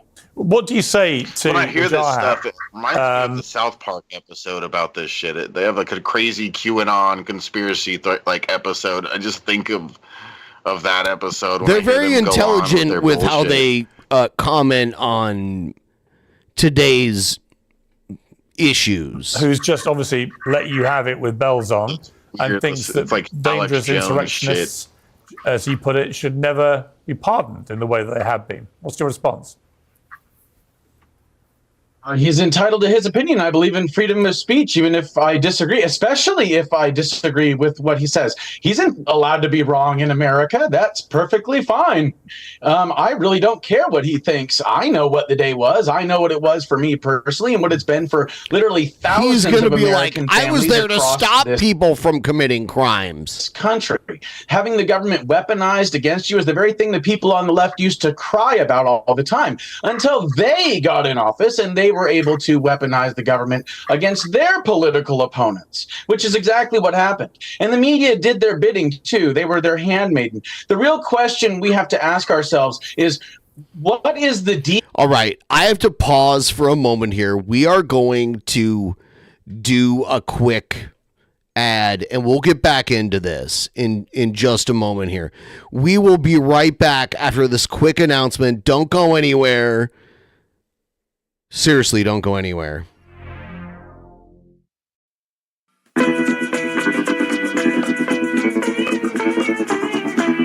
Let's talk about Schedule 35. How about that? Schedule 35. Schedule35.co. Use our code PEASANTS, PEASANTS at checkout to get yourself some really cool products. They sent me a welcome package the other day. They sent me this cool package in the mail.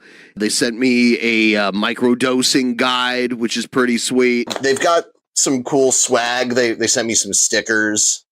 Right brain, Schedule 35, left brain. So that's fun. Oh my. Okay. An assortment of mushroom infused chocolates. Wow. Look at this.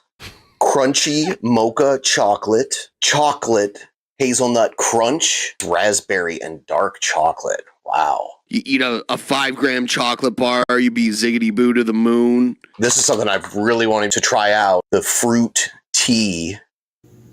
It has an amazing aroma. That is amazing. I've been waiting forever to try this out. Strawberry lemonade. Here's another one, floral peaches. Here is the mango dragon fruit, 2 grams of psilocybin. This is amazing. And it says there's a little bit of caffeine in it too. And on the back, they have their dosing protocol and all the information you could need to use it to its best effectiveness, depending on your level of tolerance. This is a really cool mug. May your cup runneth over. I like this a lot. Oh, you know what? I saw this. This is a card game that they're like, this is just something fun to do while you're experiencing their products. We got these. These are the same thing, little packs of capsules. And here's the tonic capsules right here. There's chocolate bars and then teas. Lots of teas. And then here's the card game and the mug and everything. You know what I'm saying, bro?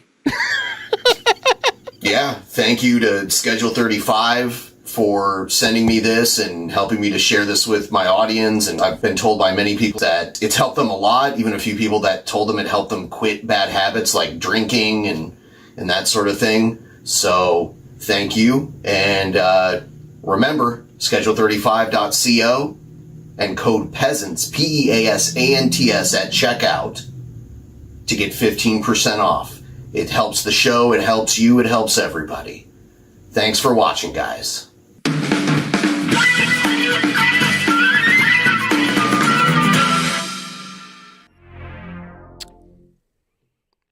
What do you think, Shabisky?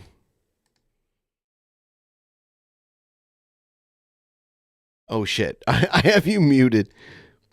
Oh, yeah, it was a nice little commercial thing you made. Pretty well done. Yeah. Just trying to see what camera you used for the up-close stuff. All kinds of cameras. All kinds of cameras. I use multiple cameras. I could see that. Yeah. You fancy. So yeah, Schedule 35, guys. Code Peasants. Yeah. Get the mushroom stuffs. Dude, the mushroom tea is insane. Because I woke up that morning and drank the mushroom tea. And then the rest of the day was very crazy. Yeah.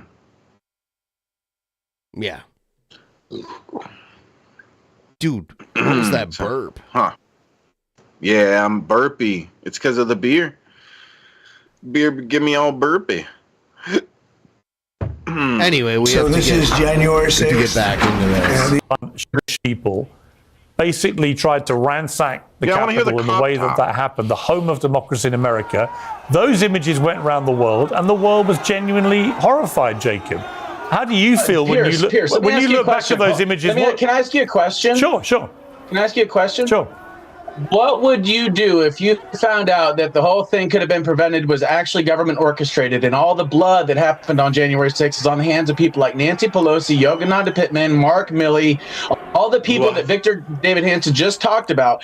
They're the ones that set this whole thing up. This thing has the fingerprints of a regime change all over it. And our government has become expert level at regime change. The media wasn't talking about Sergei Dabinin, the known Ukrainian spy that was in the crowd on that. Set it up for there to be like violence on January fucking 6th. That it was all there would have been no violence if it wasn't for Nancy Pelosi and all her fucking planning in the dark, you know, in the background. Grossy Pelosi that day, and actually asked to take a picture with me. As funny as that is, the FBI asked me. Well, let me ask you. "Do All right, know but who this is?" all right, I said, Jacob, before I "No." go, okay, So Jacob. everybody isn't just like ha ha ha laughing on the show at what he's saying. It's just silly and stupid.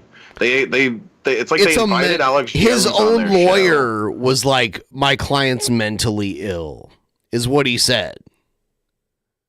What was that? His own lawyer, when he was defending him, when he was getting convicted, was like, my client's mentally ill. Like he's his own. Wow. Yeah. And like, and later on he'll be like, right oh, my former lawyer. It's like, yeah, you are mentally ill, dude. Like you're mentally ill. I don't know what else. Like, if you really believe this shit, you're mentally ill. I'm sorry. Yeah, unless he has some fucking huge proof that people like Nancy Pelosi helped. Someone tried to break. Oh no, I shouldn't say tried to. They broke into Nancy Pelosi's house and hit her husband in the head with a hammer. Oh, I think I remember hearing about that. And I mean, he was like an 80-year-old guy, and sure, you can like think they're gross and their political shit, whatever. But like, people can't go to their house and like try to kill them. I don't agree with that. So yeah, so that guy got life in prison after that shit. But yeah, I fucking think like Nancy Pelosi should get the fuck out of the party and the fuck out of politics. Why do we need an 80-year-old woman? She's older than Biden. Yeah, she's one of the oldest like top people in the federal government. She needs to go. And can you believe even at her age she's still orchestrating these evil plans to try to make right-wing people look like criminals? Here's the problem. She's orchestrating enough horrendous shit that crazy people like this don't need to make up weird conspiracy theories.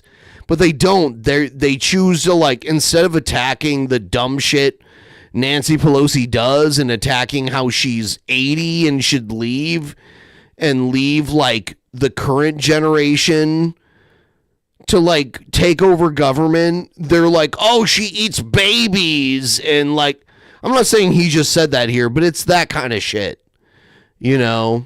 Yeah, I hate the kind of mentality that the guy with the Batman shirt and the guy that's too tan and stuff have, that where it's like they supposedly they think that they know this information that a lot of people don't know, and it's like they assert that it's true. Oh yeah, Nancy Pelosi did this, blah blah blah. It's like, well, show us that Nancy Pelosi did this. Can you show us? It's like I don't know. And then it's like, oh, let's yawn at them when they disagree on my bullshit, saying this outrageous stuff with nothing to back it up. It's just so, I don't know, it's just so stupid. It's so childish. Hang on. Jackie, before I go to Winston to respond, because he was there. He was a police officer that day at the Capitol. But why were you doing it then? I mean, presumably you weren't told to do it by somebody from the FBI or any of these other theories that were being propagated since. What was your purpose in storming the Capitol that day? What did you want to achieve? You asking me? Yes. The guy who stormed the Capitol. He was like, what was your purpose of storming the Capitol that day? Are you talking to me? Dude. Of storming the Capitol? Yeah, he's so fucking stupid. He's the only one on the panel that stormed the fucking Capitol.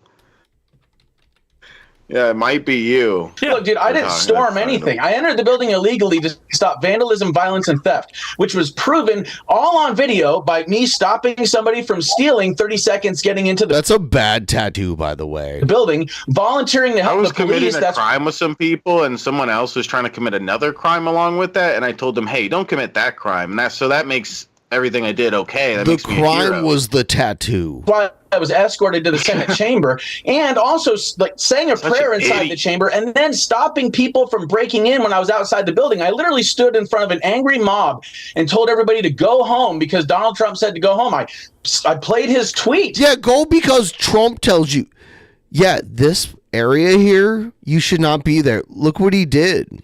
I played his video tweet on my megaphone, told everybody to go home. I stood in front of an angry mob trying to break into the Capitol, and none of this was said in the media because it was their narrative was the House of Cards. I was their Achilles heel, and Tucker Carlson. Also, at the time, because of the virus, the police were also told to act differently when apprehending people. So knew that, and that's why he aired that footage. And and you gotta love how like there's a big difference between him being like, "Hey guys, let's stop committing this crime. Everybody go outside," and him being like, "Oh, Trump tweeted something and he said we should leave, guys. Come on."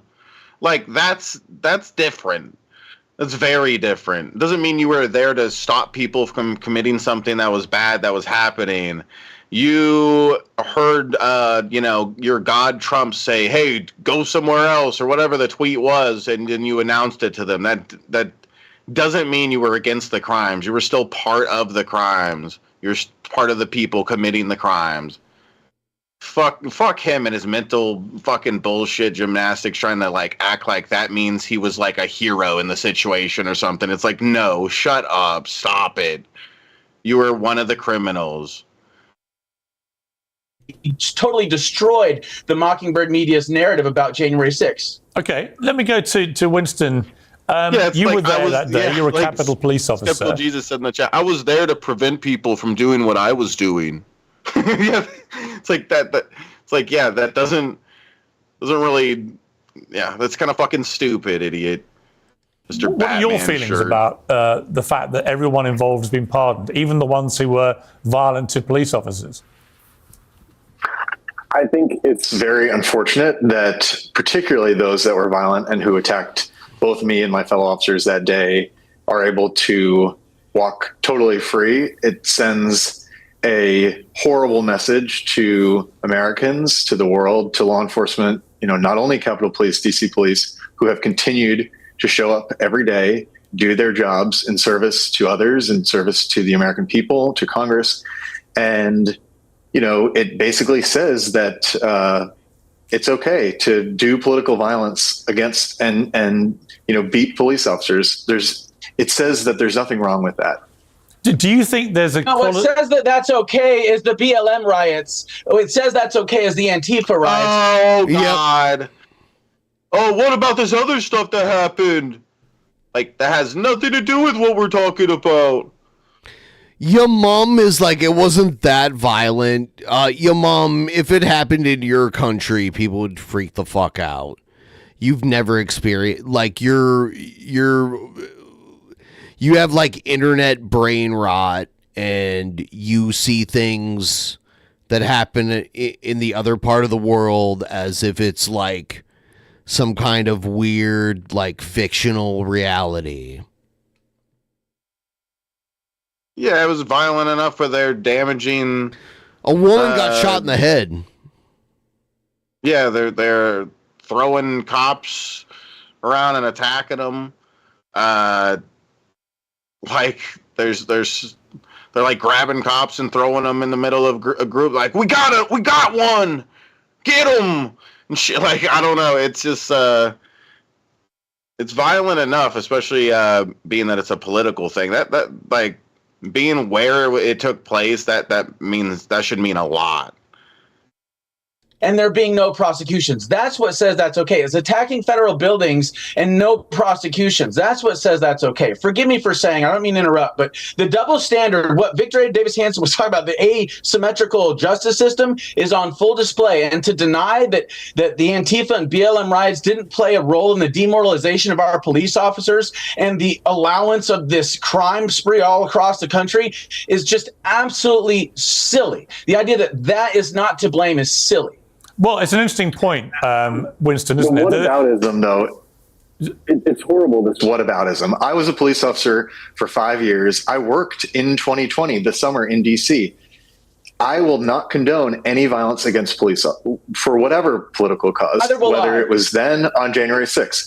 And I'm glad we can agree on that. But the difference is that on January 6th, it was not just a riot on the street. There were those like yourself that entered this building illegally and others who were violent against us. And it had never happened before, not since the War of 1812 and 1814. Which, by the way, Canadians lie to themselves and say they were the ones that invaded the White House. When the British stormed the Capitol, the British stormed the Capitol. Canadians?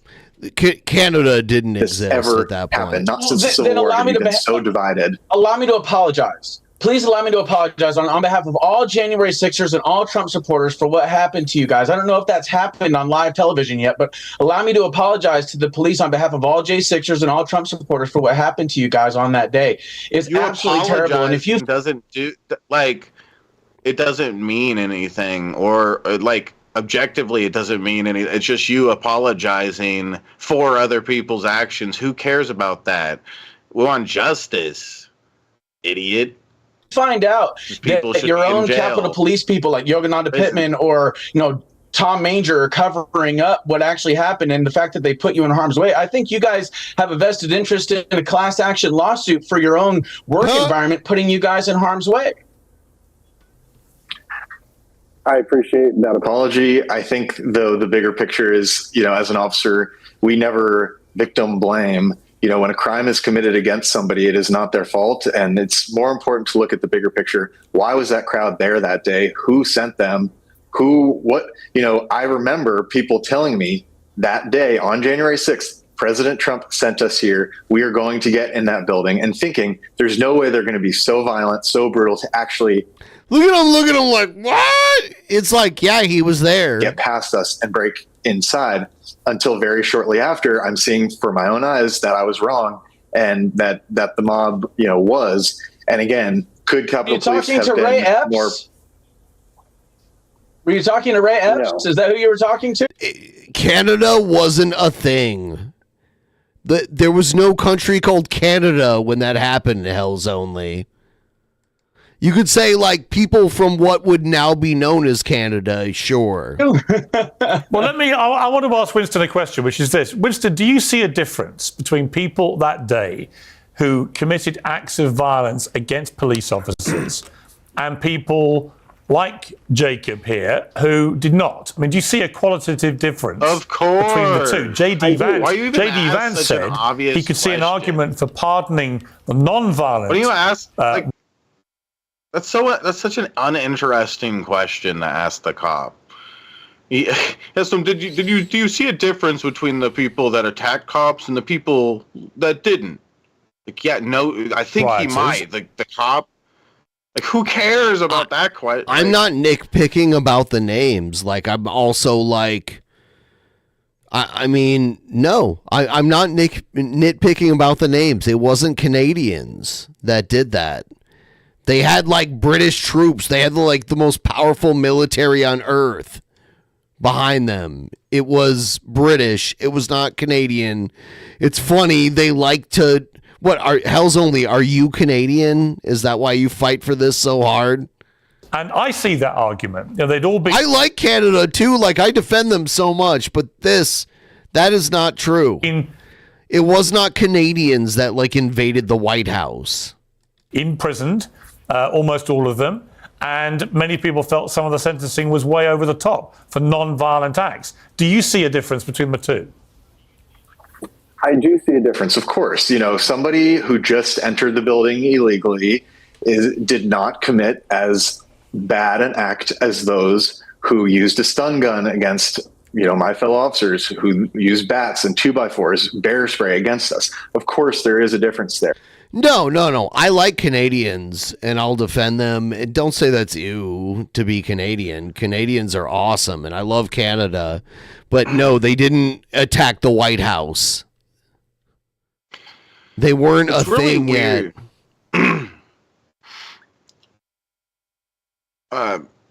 It's really weird on this show how they'll do this. They'll have somebody on that like makes good points, and instead of responding to those points and the argument directly, they dance around it and talk about other stuff relating to it. Like right here, the point the officers trying to make is that the people that attacked cops should definitely not be fucking pardoned and shit. And then these people are like, well, do you see a difference between people who attacked cops and people who didn't? It's like, what the fuck is wrong with you? Like, are you paying attention at all to the argument? It's just stupid questions that are ignoring the point. I'd like to think some people there that day normally would respect police. They had Blue Lives Matter flags. I like to think that some of those people just perhaps got caught up in the moment and make mistakes. However, we all make mistakes, but we must be held accountable for our actions. The justice system imposed, these people got due process. Trump says they're hostages. It acts like I would say that these militias from what later became to be known as Canada were mostly like troops from the UK sent in to do this. The War of 1812 was very intense. Where I grew up, there was a lot of forts, like old forts from the War of 1812. And that, like, it was like it was the Empire Strikes Back, literally.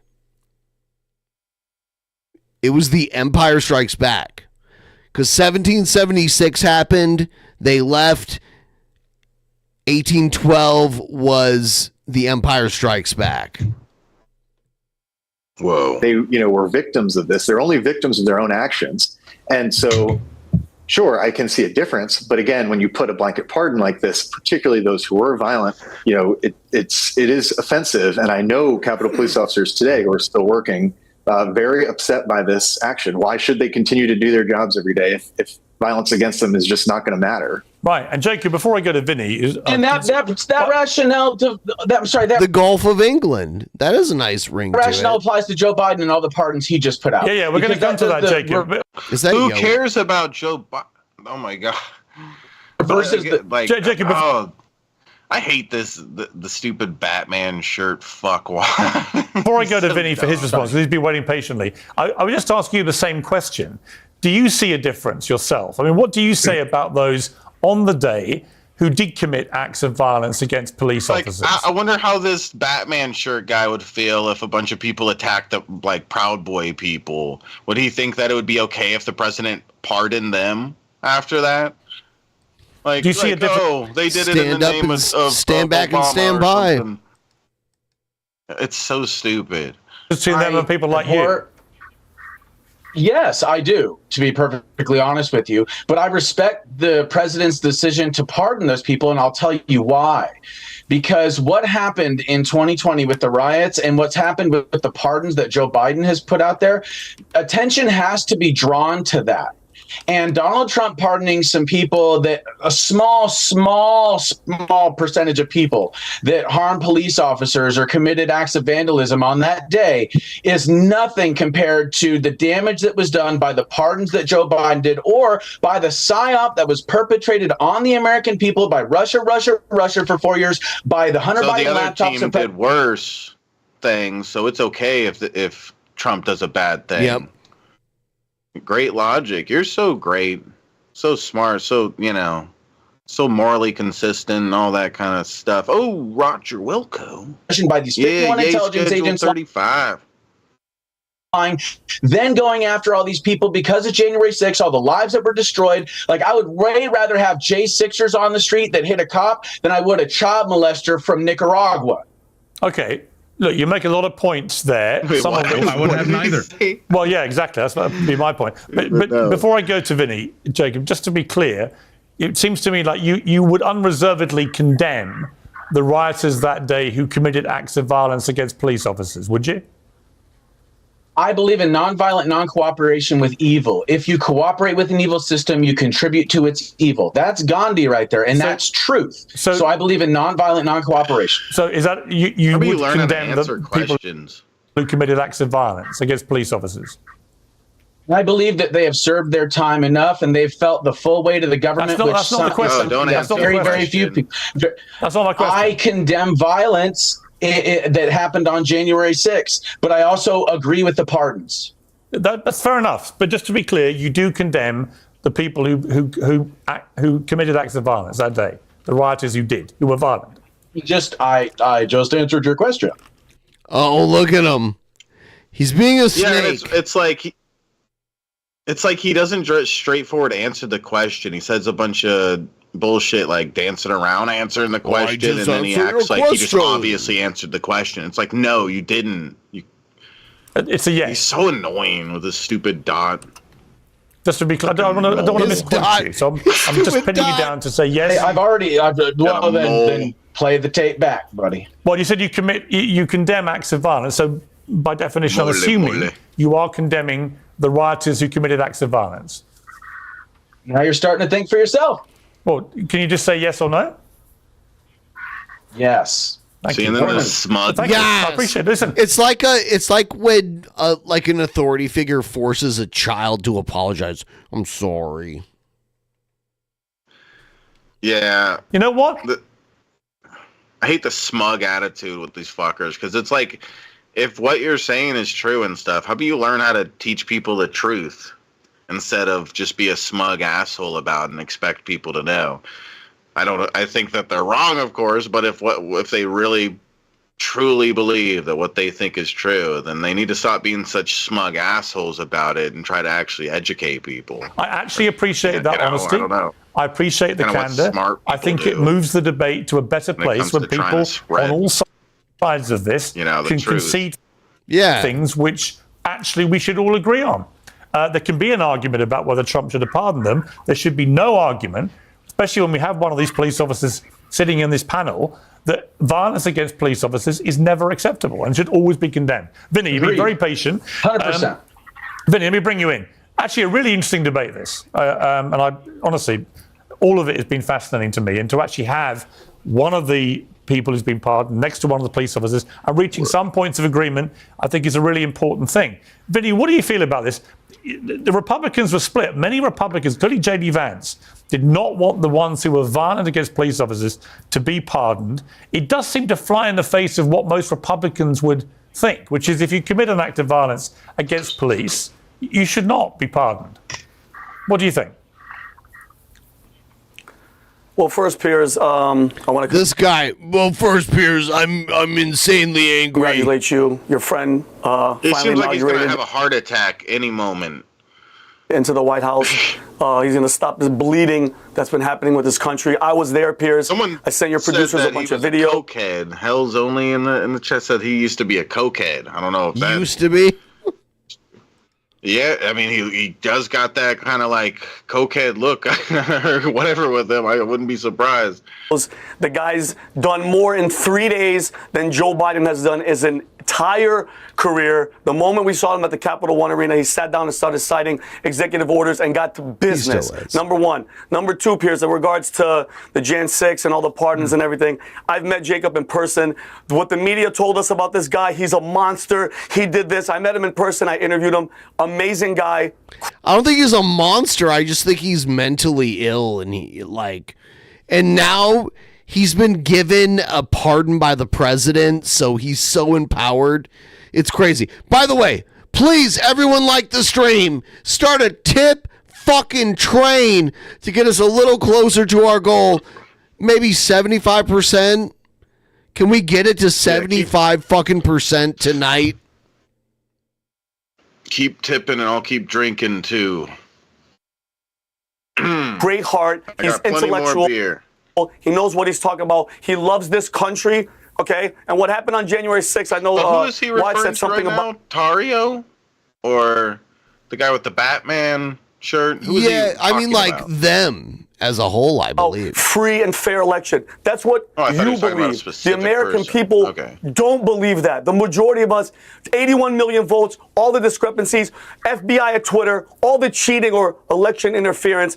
I think that day, in regard to Winston about January 6th, my heart goes out to him because to me, he was a victim. For Nancy Pelosi and all them holding back 10,000 National Guard troops, all the games playing, he was a pawn in the game of destroy Donald Trump no matter what, okay? Oh, but Vinny, let me ask you though, Vinny. But Vinny, I mean, look, that may well be the case. That may well be the case.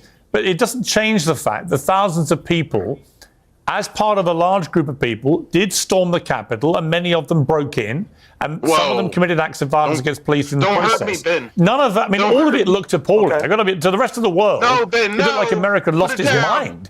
Right? When you look back on it now, we can debate the nuances of who should have been pardoned and so on. I do think some of the more peaceful protesters got way too big sentences, for what it's worth. I don't think they were all violent. They shouldn't be treated the same way. But I do think any violence against police officers, I'm staggered that Donald Trump has pardoned them. Honestly, I am. I wouldn't have done it if I was there. I agree with J.D. Vance's position on that. Yeah. but Piers, okay, and Piers, I was a military police in the United States Air Force. Bitch. Any violence, period, thank you, I'm Jay not for it. But Spoon. that day, Piers, let's think about it. Where was the insurrection? Who had the guns? Who was violent? The FBI, Christopher Wray. We don't even know how many FBI agents, how many... I'm gonna end your Senate live. Quest. I know who you are, Chris. Well, end your sticking live. You remember that? Where's Cobes at? I don't know. He's Where's busy. the Cobes? We need you, Cobes. You're shooting rubber bullets in people's faces and acting as if they're not going to be upset. Okay, we saw the footage of everybody inside. Who was shooting? Who was taking over? Where was the insurrection? Where was it, Piers? Donald Trump didn't say, go in there and do all of this. A big group of people came in there. Who knows how much they were freaking But Vinny, they were all breaking the law. Yeah, it looks bad. Vinny, they were all breaking the law. Yes. We have to agree that, right? Yes. Oh, my God. Okay, Piers, I agree. And do you think, who died that day, Piers? Who was actually the... Yeah, she died because she went through a window where there were like government agents there with guns telling her not to come in, and she went in anyway. The highest crime is murder, okay? Yeah, this is the same kind of people that would be like about the Trayvon, or not the gosh, who was the guy who got his the knee on his neck? George Floyd. Floyd, yeah, they would be like, oh, he had a criminal record. You know those kind of people try to justify it because he had some sort of criminal record. It's like, dude, but I'm about to cleanse everyone's palate. Do it. You're gonna play some kittens, dude. Are you ready for this? I don't know. What's good? We're gonna look at your butt. Are you ready? What's gonna happen? What? Ew! I'm an incel, mindful is shit. I'm a Christian, and I wear pretense. I'm a Buddhist, and I wear no clothes. I'm a pedo, and I think that shows. I'm Jared Genesis. Do you know what I am saying? I'm hanging at playground, watching kids playing. I'm an alpha, I live with my dad. You're a synth bro, and I'm just a chat. I'm a black belt, you know what it is. And my carpet is all covered in jizz. I'm Jared Genesis. Do you know what I am saying? I'm hanging at playground, watching kids playing. I'm an alpha, I live with my dad. You're a synth bro, and I'm just a chat. I'm a black belt, you know what it is. And my carpet is all covered in jizz. I'm Jared Genesis. Do you know what I am saying? I'm hanging at playground, watching kids playing.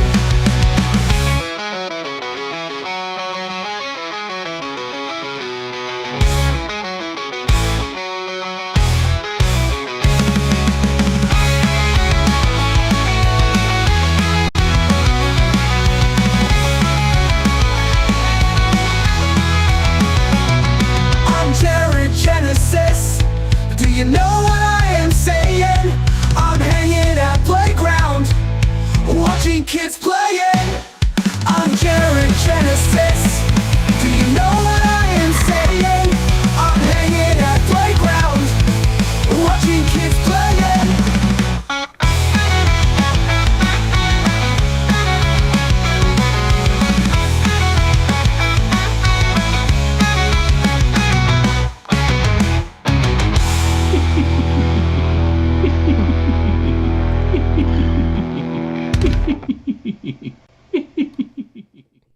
All right.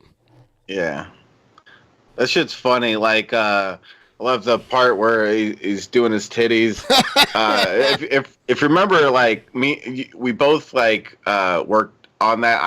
I only probably added a couple lines to it, but that was one of my lines. Is I got big tits. Yep. And I think I was like, we have to say, you know what I am saying.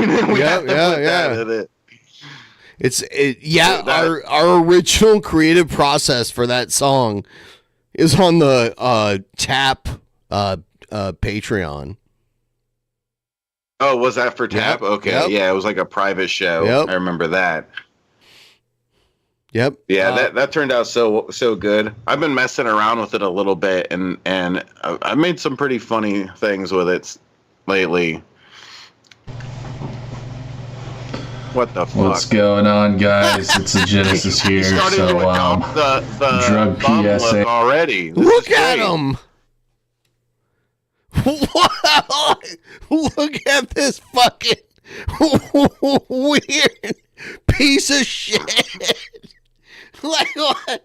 Like what is this? Hey, if you guys remember those from the 90s, you know what I'm saying? Inside Out? And fucking, yeah. After your fucking after school cartoons. Yeah, it looks like it's It Inside is. Out. It is. Why? You guys ever see the Pee Wee Herman one? That was pretty good. And there was like, there was one from Sonic. I think Sonic Says, if you remember that cartoon, the fucking Adventures of Sonic, it was like a weird acid trip. Anyway, speaking of acid trip, I got something I wanted to talk to you guys about. Oh yeah, because you have a lot of experience, you know, having acid trips, obviously, right? A lot of experience. And I just have to show off this beautiful Olaf cup from Walmart again. So beautiful. Don't put beer in it though. Just drink Coke, which is really just as poisonous, but whatever. Okay. I mean, look, man, if you're gonna choose one over the other, of course Coke, but I would say pour yourself a nice glass of orange juice. That's really the best drink there is, bro. Juice, nature's steroids, you know what I'm saying? But look, man, you know, nature's steroids. Look at this man. What is left of him? Go back and look at his history. What is left of this man? Look how fucking chunky he be looking nowadays. It's just like he's on his way to becoming a sumo wrestler. I just wanted to make this video to hopefully inspire someone. I know it's kind of a random topic. I know it's something that most of you don't abuse, although I do have some So hold on though. The part of the hat that's over the front of his head, that should be in the back of his head. Like that seam is for the back of the hat.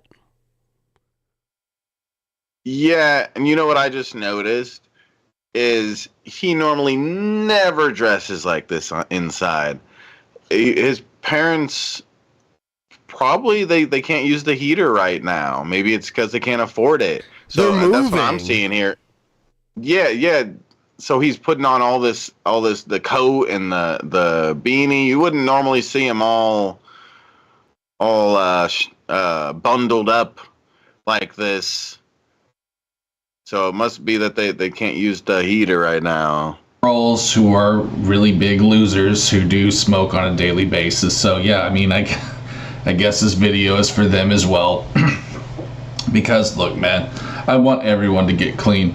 I don't wish addiction on anybody. I know what a demon it can be. I've never been addicted to drugs myself. Addicted. But I mean, I've had other addictions in my life. 8-year-olds. You have. I mean, I know some of you guys are gonna laugh, but I mean, I guess technically I am an addict in one aspect through coffee, which, you know. Oh God, yes, coffee. That's your only problem. It is a drug. I will say it is a drug. Yeah. Of course. But like, it's just silly for him to be like, say something that. Like, that's something that the average person would be like, oh, yeah, I have a coffee addiction. It's like, yeah, the normal people that work 9 to 5. It's like people have, like, Mountain Dew addiction. Yeah, or energy drink or whatever. But it's like, he has way worse things going on. Like, I don't know, probably a food addiction here. Probably, like, problems with... being addicted to being like lazy and at home and stuff. I don't know. There's I don't know. There's just different problems that are way worse than his coffee addiction, you know? Probably.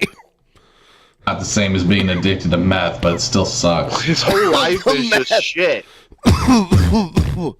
His whole life is shit. He's about to be 40 years old. He's got nothing. Because he just acts like he's 12. It's like, yeah, you have an addiction to being 12. Your coffee addiction is not a problem. Sorry, get over it. If anything, you need to drink more coffee and do more fucking work, Jared. Crazy idea. My right eye has been twitching. I'm not exactly sure why, but it could actually be the coffee. His right eye has been twitching. He has like buggy eyes. I remember when he was yelling at his dad. He's like, "I'm a real man," and his fucking eyes were like bugging out of the front of his fucking head. Yeah. He's probably.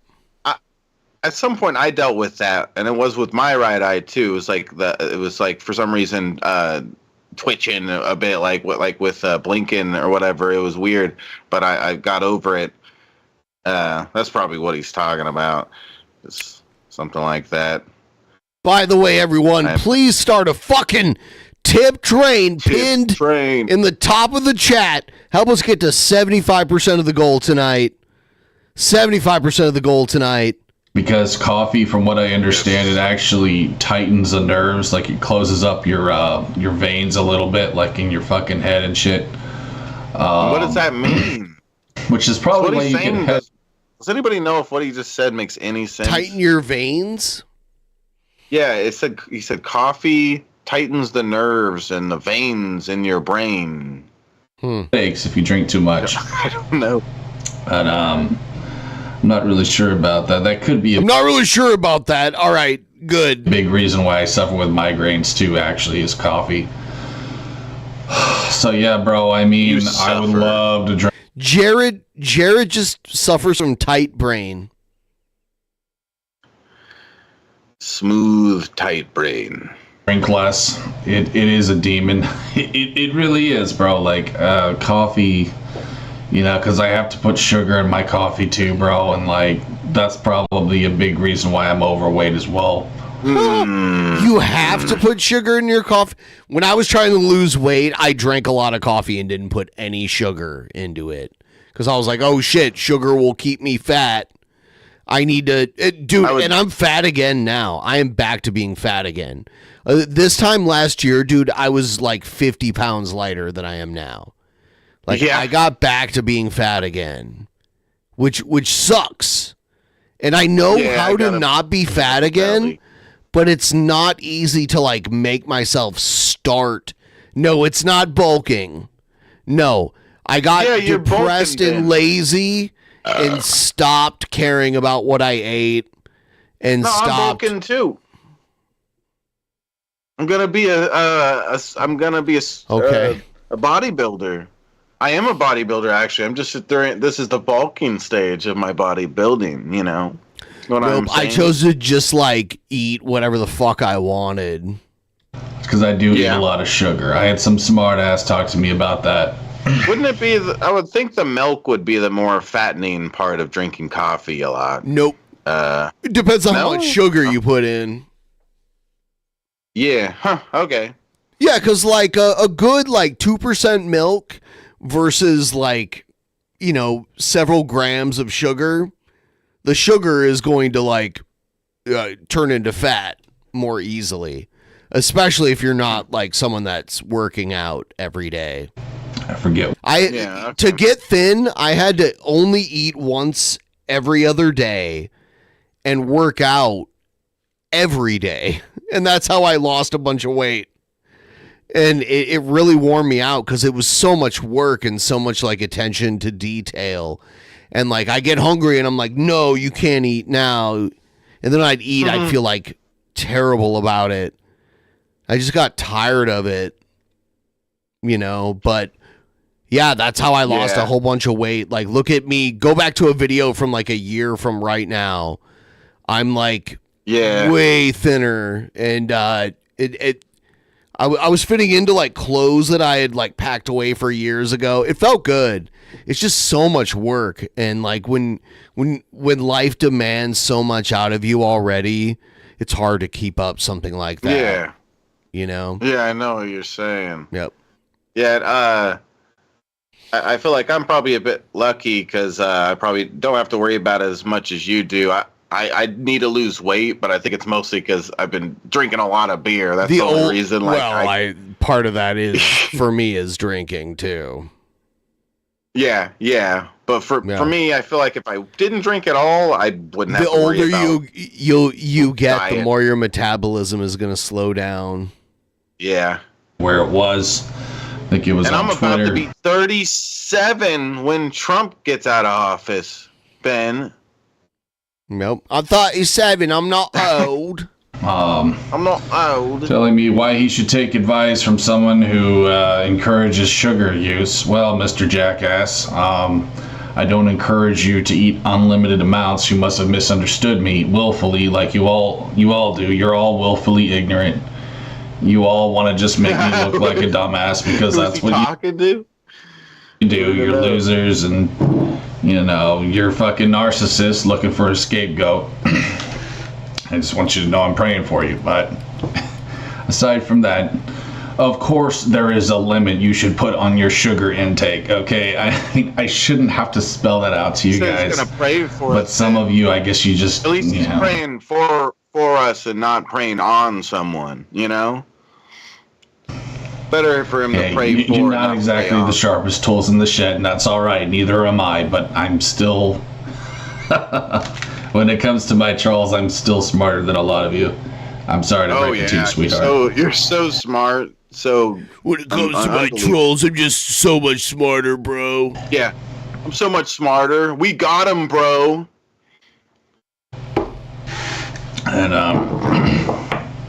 this video isn't about them, but listen, guys. I'm sure I'm one of his trolls, and he did a real good job outsmarting me. Look at this bodybuilder. Dude, he's so fit. Yes. Look at him. Drugs will make you into a loser. Like, whoa, Drugs. who is that bodybuilder? He's like, drugs will make you into a loser. Dude, if anything, he just said he doesn't do any drugs. If anything, this is a PSA to do drugs. Because Jared is a fucking loser. Look, this is how you could turn out. Okay, like this. If you don't do drugs, I don't do drugs, you really want to be like this? Do drugs. Play that, dude. That clip. Hold on, play it back. Him saying, "Don't do drugs." When it comes to my trolls, I'm still smarter than a lot of you. I'm sorry to break it to you, sweetheart. And this video isn't about them, but listen, guys. Drugs will make you into a loser, okay? You don't want to end up a drug addict.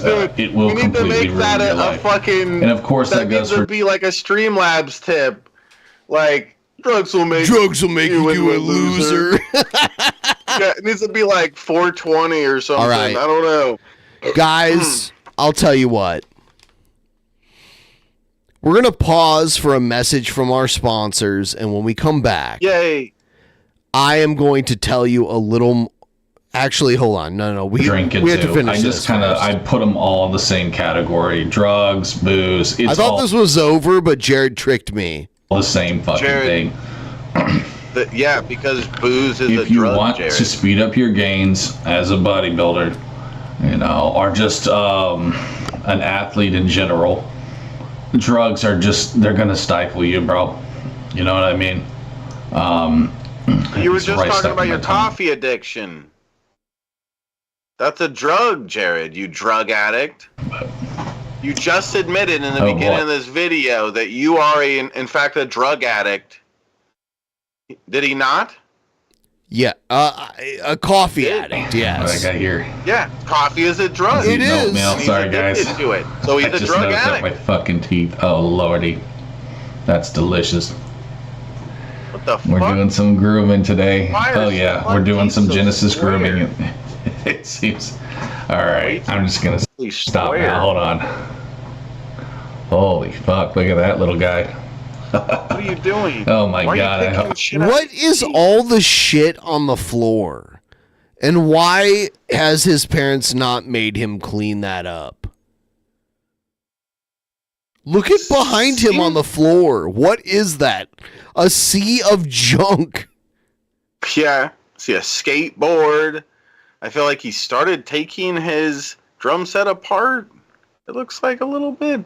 I don't know. He what has to not say the yet rest of this moved. stuff is. He will move soon. I really hope that wasn't tartar on my Yes. teeth. I hope that was oats.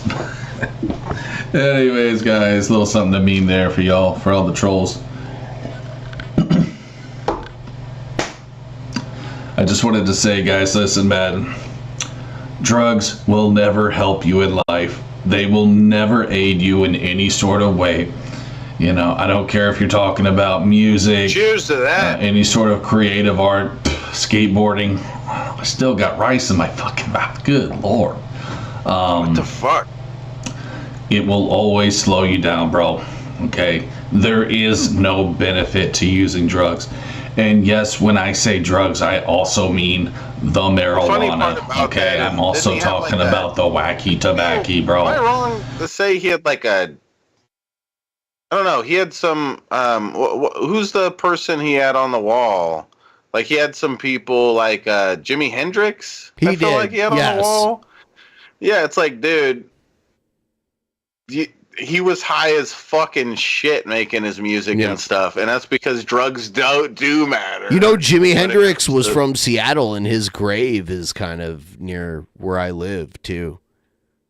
Oh, yeah? Did I show you the Jimi Hendrix statue in Seattle? There's like a statue of Jimi Hendrix. I'm pretty sure I pointed it out to you while you were here. I know it was a while ago. There's a statue of Jimi Hendrix. I think we walked by it. Yeah. I feel like.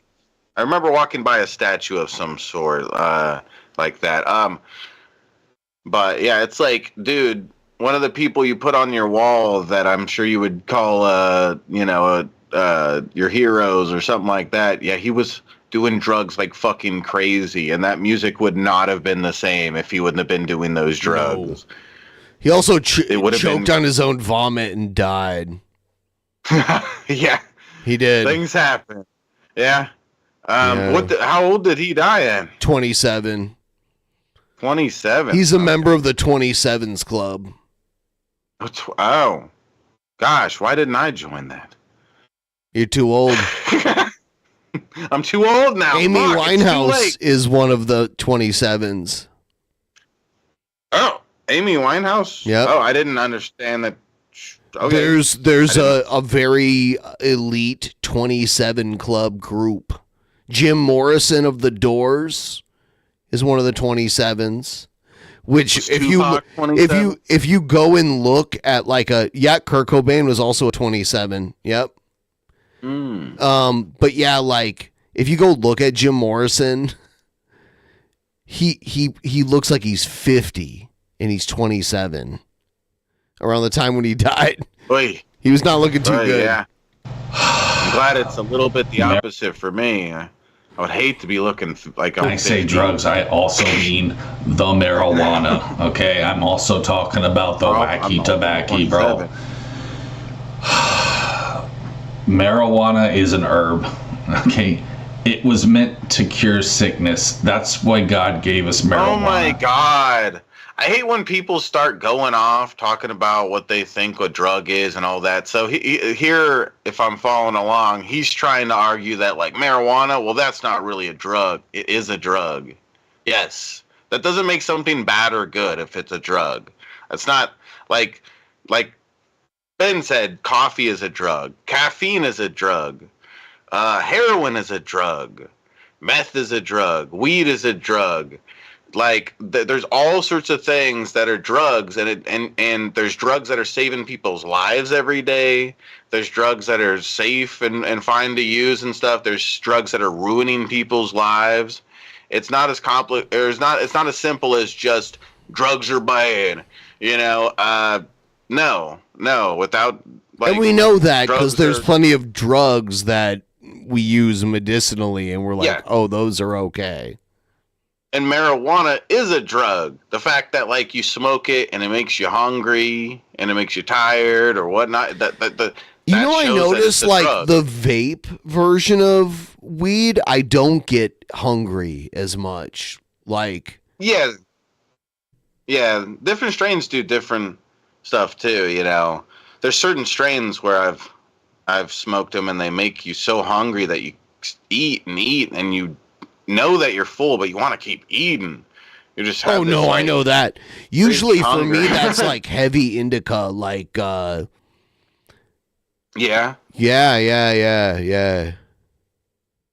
but there's a lot of people that like Granddaddy Purple. You know Granddaddy Purple? Yeah. Oh, that's a very familiar name. Yeah, I'm sure I've had that. But yeah, there's a lot of people that do that. They argue, oh, weed's not a drug, and it's like that. Like, stop thinking in this black and white way. It's not drugs are bad or good. There's drugs that are good and bad. There's a lot of nuance in it. Sure. And weed is a drug. That doesn't make it bad. Edibles? Yeah, I see edibles. Yeah, edibles made me have the munchies so hard. I just noticed the like pre-canistered vape shit that I've used. That doesn't give me the munchies. Flour does, and edibles really gives me the munchies. Like very hardcore munchies. Dude, for those of you who weren't here earlier, you have to hear the good word, really soon after we finish this Jared video. God did not give us marijuana just to smoke leisurely. Okay, I don't care what you tell me, bro. It will turn you to a bum if you use it a lot. I love how he's dressed like a bum. Jared doesn't smoke weed. He is a bum. Plenty of people who smoke weed are not bums. Yeah, he thinks just because his parents are completely supporting him and he's lucky enough to be in that situation, that doesn't make him a bum. You're a bum. You're your parents' bum. You live in their house.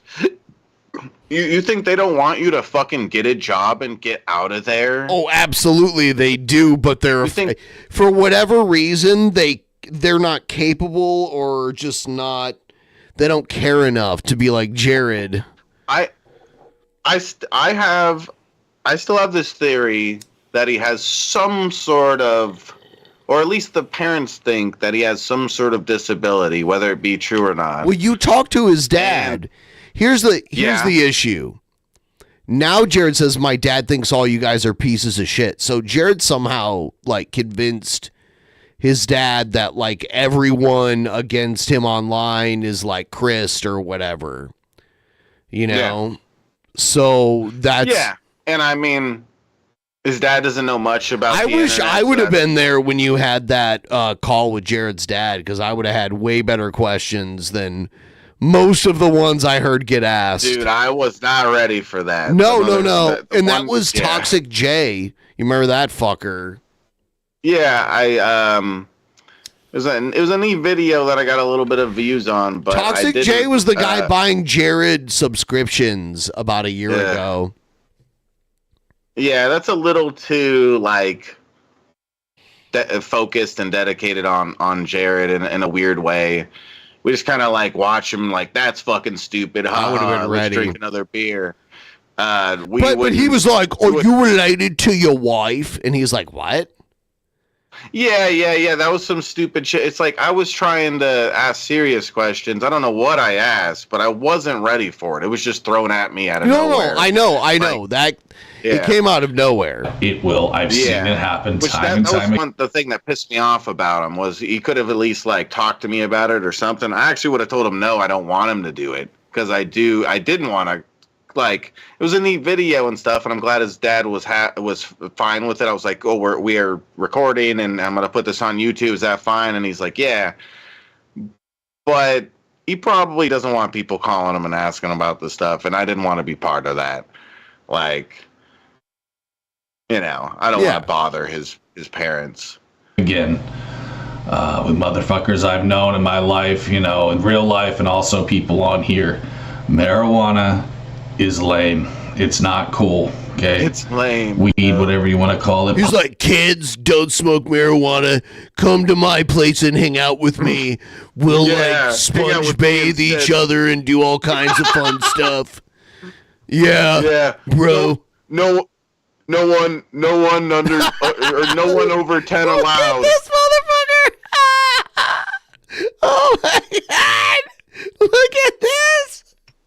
I love how his parents are moving, and he's kind of like dressed. He literally looks like he's like dressed up as a bum.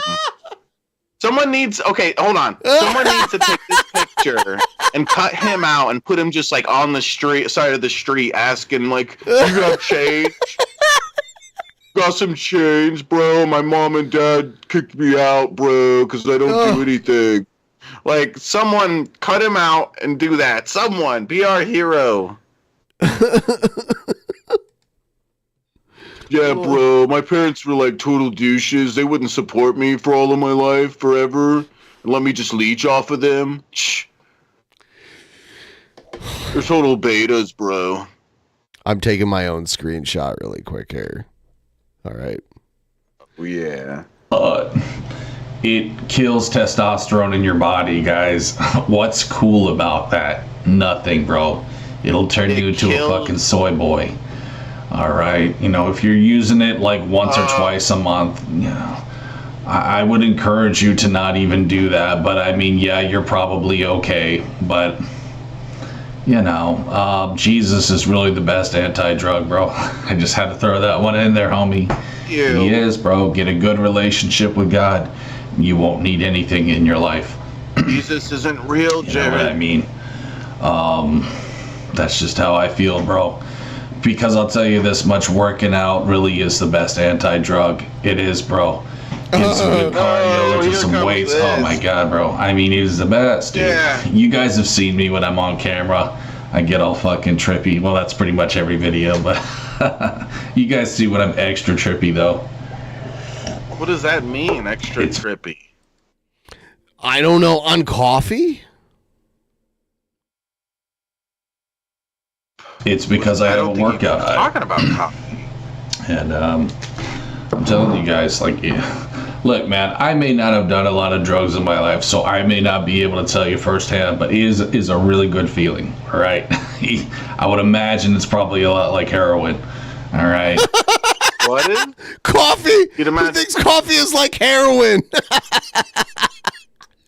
Okay. What? Is that what he just did? Like, yeah, like, I could go, like, weeks without drinking coffee. And I do like coffee and I drink it regularly. If I'm on heroin, I couldn't go more than, like, 3 days without doing heroin. Like it's... I could go years without drinking coffee.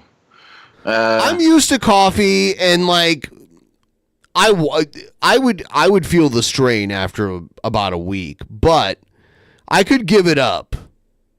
Heroin, I've never done heroin. I've done, like, opioids. I was on opioids a lot. Legally, actually, I was on, like, Percocet for years. My doctor gave me Percocets in my 20s for years. Yeah. And then I just gave it up. Yeah. Yeah, good. dude. Yeah. I have very little experience with stuff like that. Only thing I ever had that I could think of is when I hurt myself at some point, I had Loratabs. I don't even know what those made me are. feel real good. What?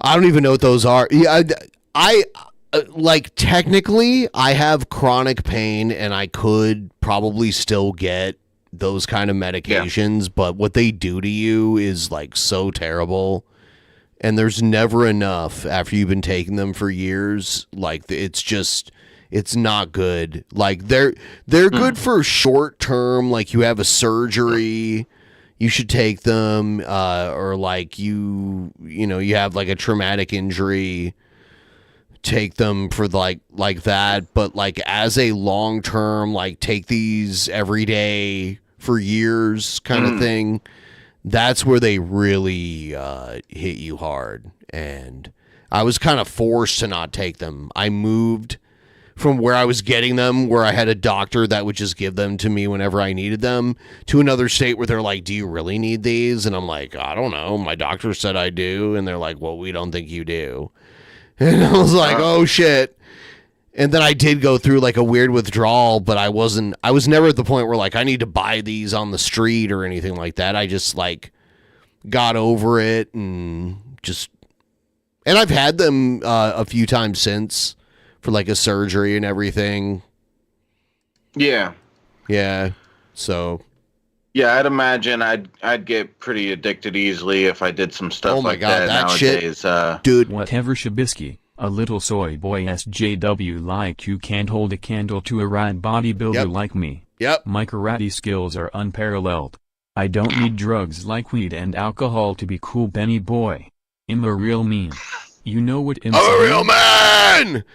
Dude, yeah. Well, I'm a real man. The one thing about like the opioids for me that I liked the most was they would make me itchy. And anyone who's done like a good amount of opioids know that they like it'll make like your skin like itchy and you like itch yourself. But there's no rash or anything, but you just want to like itch yourself so much. Yeah, it also makes you really constipated and shit. Dude, I would just lay there and be itchy and I would just like scratch myself. Like, fuck, dude, I love this so much. I liked it. Yeah, I liked the weird, like, itchy. I'm sorry.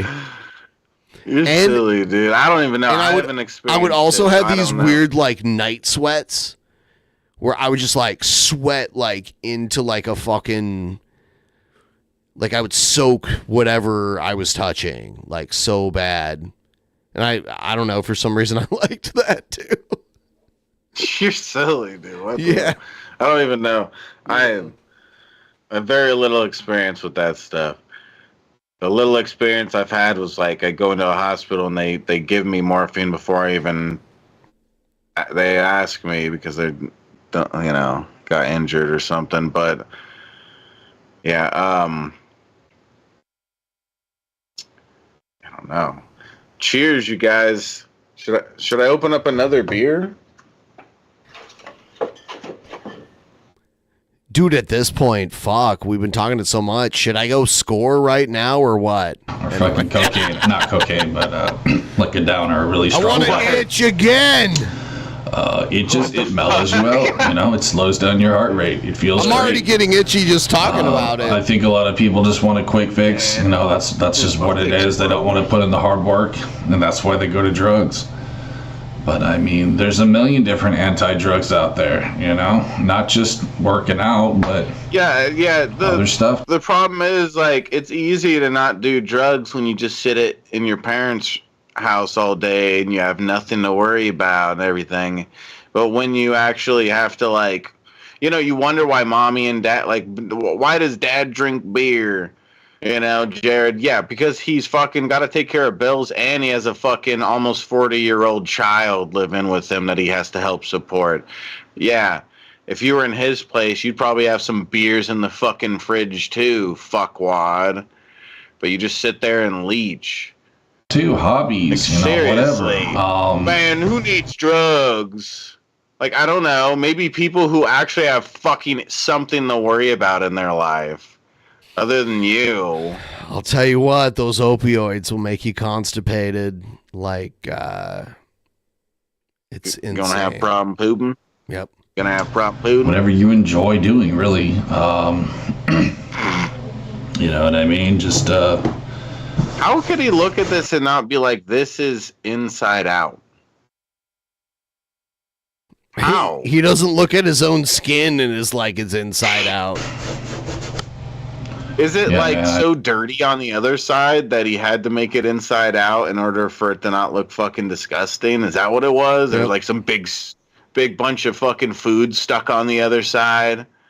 I mean, like video games. I would consider video games an anti-drug. You know what I'm saying? Just don't abuse it. Don't be. You can become addicted to video games. See, that's another thing. It's like, like I mentioned earlier, there are addictions that are also not drugs. So you just have to find the zen in life, you know, find your balance. And the zen. I guess that's pretty much it, guys. You know what I mean? I guess that's it, guys. Only like 20 more minutes in the video. Working out, eating healthy. That's the best way to be happy in life, guys. You know, if you want to get in that flow state like Wes Watson talks about, Jared, where you're just like, you do not work out and eat healthy. Stop. Just because you had a piece of fucking lettuce on that cheeseburger doesn't mean you're eating all healthy. Okay? I'm not even going to claim that I eat all healthy. Like, I don't. But, like, you know that he doesn't. The dude that weighs, like, fucking way more than... his belly is huge. You don't eat healthy and work out. You have the belly of a pregnant woman with twins. Yep. Killing it in life. Work out. Either you work out a lot or you have a fucking huge tumor in your stomach that weighs like 30 pounds. It's not a tumor. Pump some iron. Your mind will be a lot more clear, bro. Like once you work out. Once you work out, like there's other ways to clear your mind, which I won't go into too much, but that can lower your testosterone if you do too much of it as well. I think you guys know what I'm talking about. Relieving oneself. Masturbating? Is that what he's talking about? Masturbation. Oh, that's what he's talking about. I figured it out. Yes, I still do that. Okay, you guys know I'm not a fucking no-fapper. Please. You know I'm not a no-fapper, bro. Dude, yeah, well, if you didn't do it, Jared, you know, you just end up with blue balls because ain't no bitch fucking doing it for you. Nope. Jeez, dude, that shit's so corny. Like, people who... I'm sorry, but people who buy into that are such fucking tools. Like, I'm pretty sure he said this at one point. Really, bro. Guys, I masturbate, by the way. I don't know if you guys knew. Oh, that's just how I feel about that. You know, never would have thunk. Do you also piss and shit? Whoa! I can't believe it. Also breathe and if I could quote my dad, God wouldn't have made your arm that long if he didn't want you doing it. So that's all I'm gonna say on that topic. But look, man, everything in moderation, okay? But anyways, guys, that's pretty much what I got for you. 10-minute video today. You think? I hope it can inspire you in some way. You think he masturbates to like old Toys R Us catalogs? With kids trying out toys in the pictures and stuff, maybe stuff like that. Gross. What do you think he's into? Maybe it's KB Toys that he really likes, their catalog. That's where it's at. Right, Jared? That's where it's at, bro. That's disturbing. What I'm saying. Yeah, it is. Like, what the fuck are you looking at, Jared, too? Like that's just what comes to mind when he talks about doing this. Shit, dude. Do you know what New Jack Swing is? I have no clue. It's an old school, like, kind of like hip hop, R&B adjacent style of music from the 90s. Like Belle Biv DeVoe was like New Jack Swing, if you know what that is. You don't know Belle Biv DeVoe, do you? If I heard it, I might recognize it. I'm more likely to recognize it. I can't play it. I did my own New Jack Swing Swing version of it, though. You're lying. I did of the Jared song. You know what I'm saying? Okay. Yeah.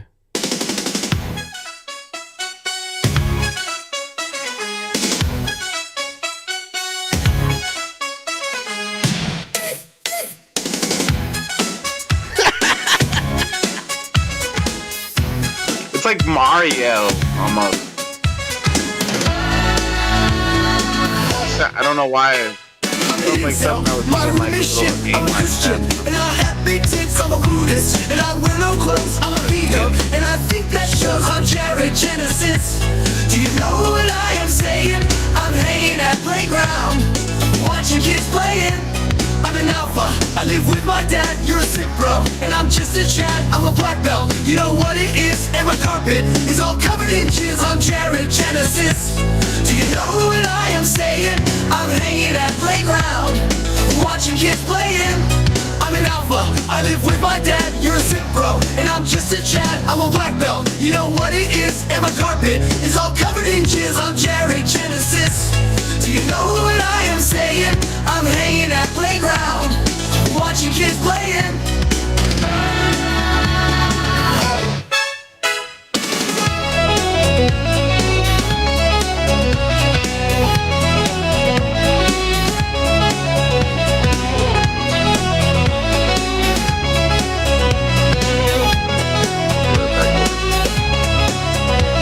I'm Jared Genesis. Do you know what I am saying? I'm hanging at playground, watching kids playing. I'm Jared Genesis. Do you know what I am saying? I'm hanging. Hold on. I need to fix this.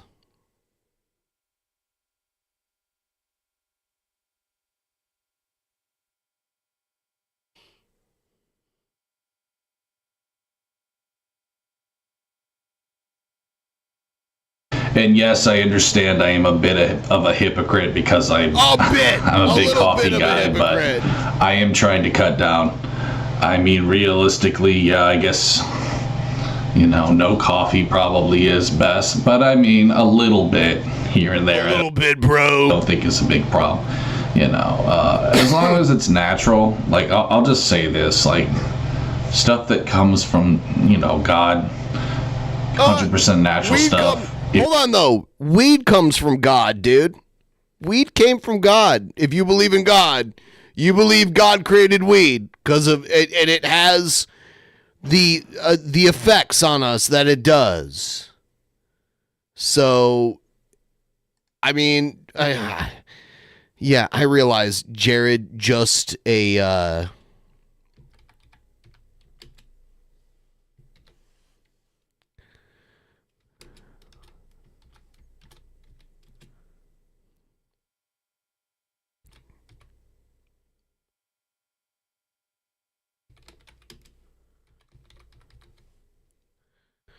All right.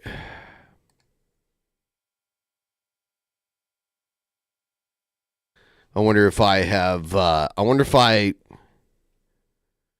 I play my Elon Musk song for all of you guys who haven't heard it? Let's do it.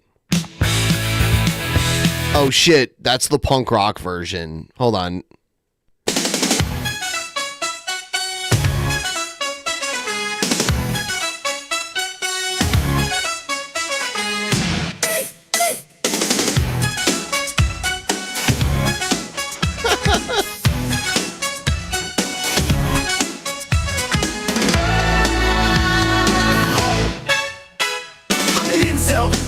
Shit, I'm a Christian, and I have big tits, I'm a Buddhist, and I wear no clothes, I'm a pedo, and I think that shows I'm Jared Genesis. Do you know what I am saying? I'm hanging at playground, watching kids playing. I'm an alpha, I live with my dad, you're a sick bro, and I'm just a Chad, I'm a black belt, you know what it is, and my carpet is all covered in jizz, I'm Jared Genesis. Do you know what I am saying? I'm hanging at playground, watching kids playing. I'm an alpha, I live with. I have another one, hold on. You're lying.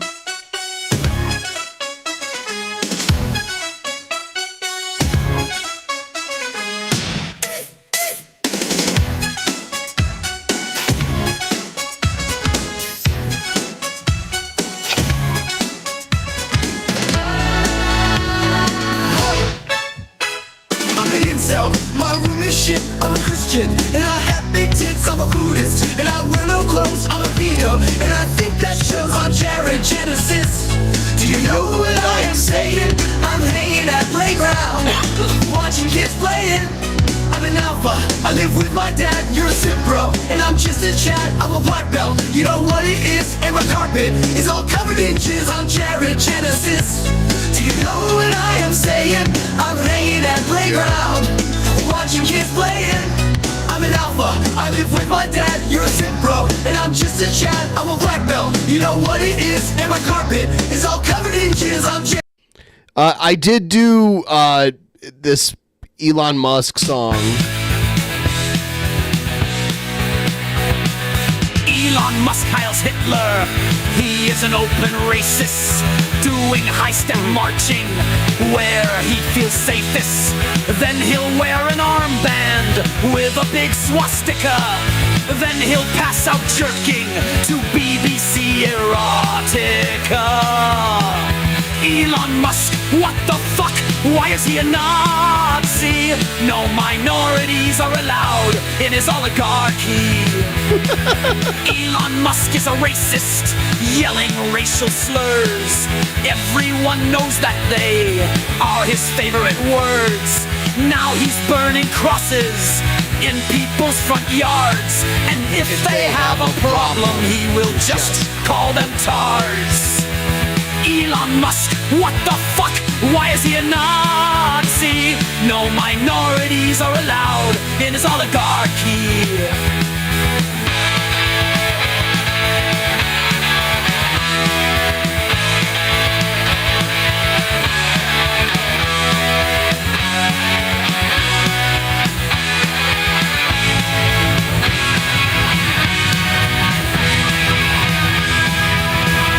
Elon Musk, racist Elon Musk, bad Elon Musk, evil Elon Musk, sad. Wow, they're like smashing their instruments. Stop it. We need those instruments for the next show. Dude, that's so badass. And then it fades out. What a great fucking... Dude, I have to applaud AI for that. That is sweet. Here's another one. Elon Musk Heils Hitler. He is an open racist, doing high-step marching where he feels safest.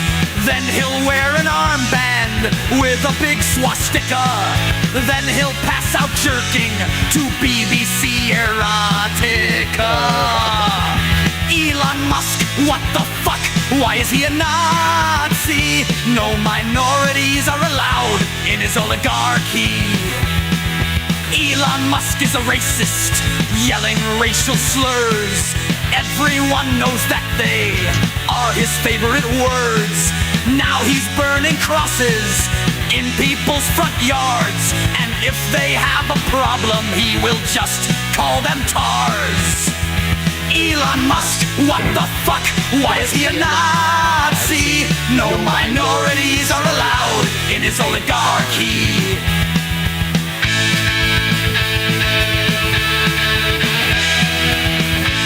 Yeah, this one's a lot better.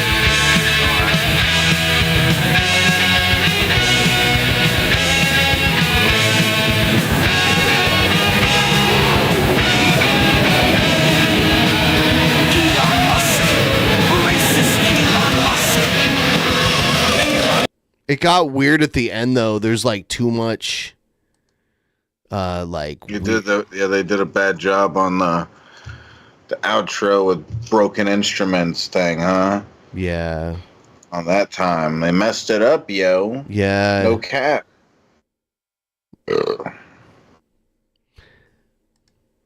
I wrote that No song cap. about Asterios, and I just repurposed it for Elon Musk.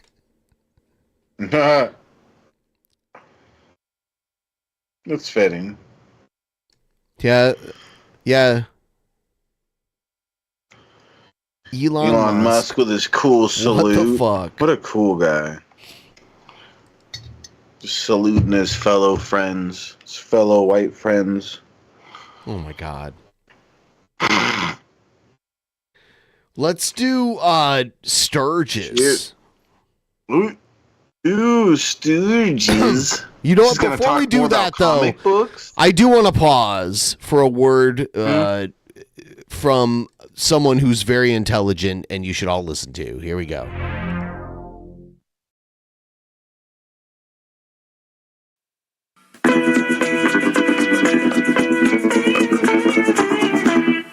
let's talk about Schedule 35. How about that? Schedule 35. Schedule35.co. Use our code PEASANTS, PEASANTS at checkout to get yourself some really cool products. They sent me a welcome package the other day. They sent me this cool package in the mail. They sent me a microdosing guide, which is pretty sweet. They've got some cool swag. They sent me some stickers. Right brain, Schedule 35, left brain. So that's fun. Oh my. Okay. Okay. An assortment of mushroom infused chocolates. Wow. Look at this. Look at this.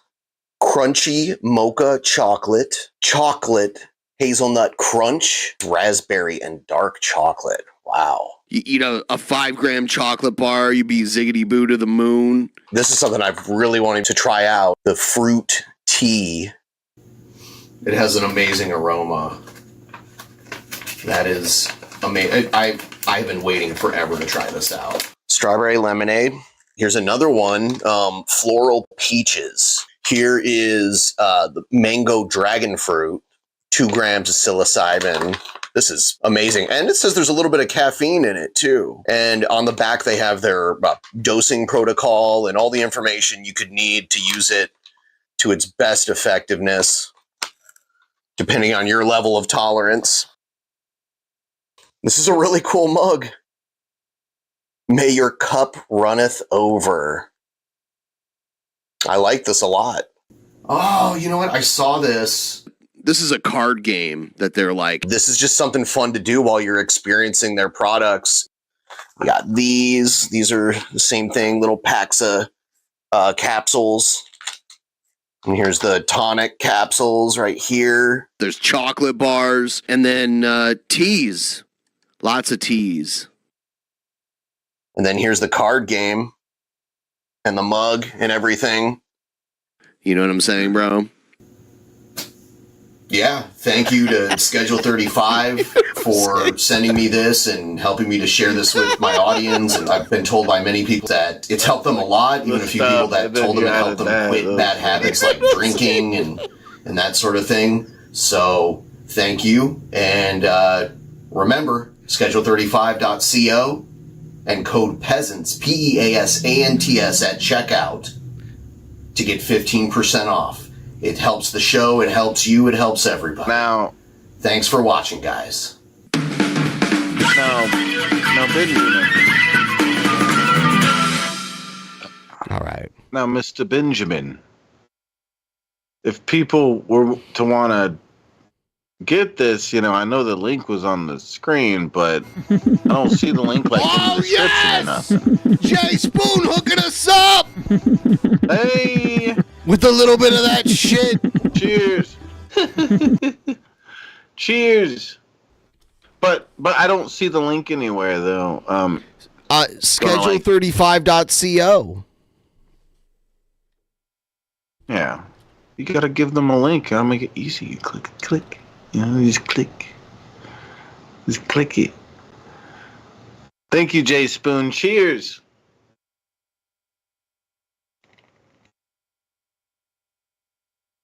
There we go. There's a link in the chat. Click it, guys. Click it or tick it. Okay? God damn it.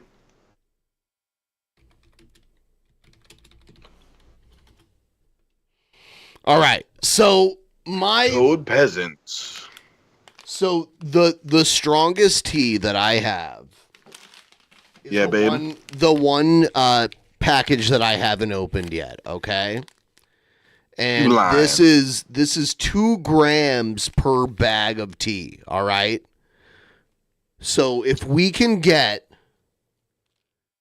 to 60%, I will brew a bag of tea of one of these in 1 cup of tea and drink it. Whoa. 2 grams.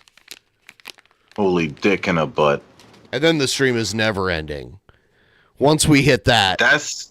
That's crazy.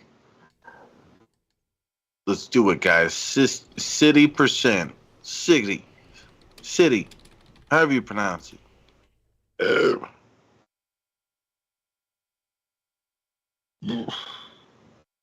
No, burpee from this DP beer.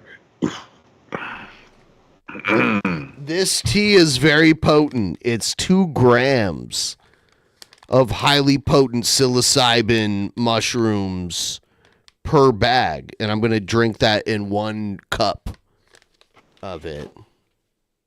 Yeah, that sounds like some cool guys stuff. We could do 60% easily, right, guys? Don't let your dreams be dreams. Get this motherfucker to do them. Let's do it. I want to see what he's like after that.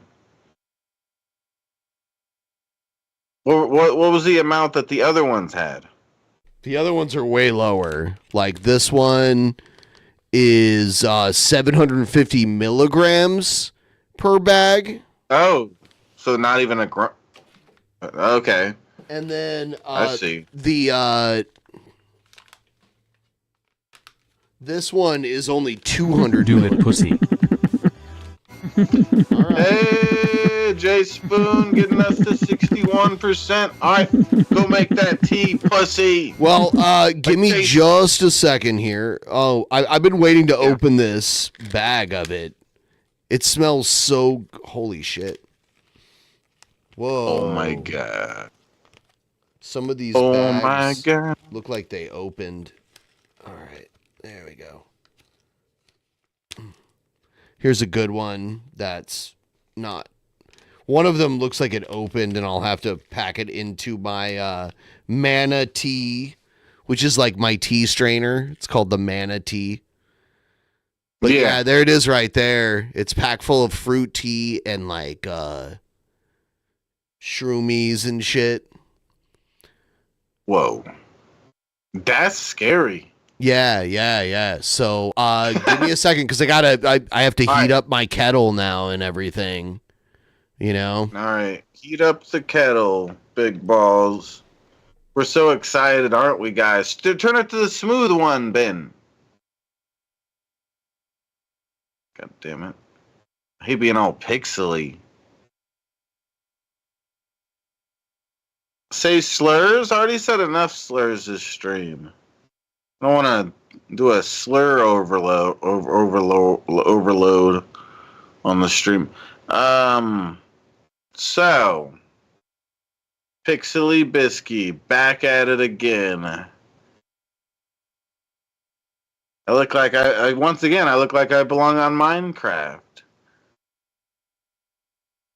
They should put me on Minecraft. Look at me. Boom, boom, boom, boom, boom, boom. All right. I'm going to chug more for all the tipping. Thank you, Jay Spoon, for that last tip. Big balls. Got us to 61.37% on the goal. No, Serafina. Ben's going to make he's going to make some shroomy tea. That's what Mr. Spoon just tipped for. You know what I am saying? Cheers, you guys.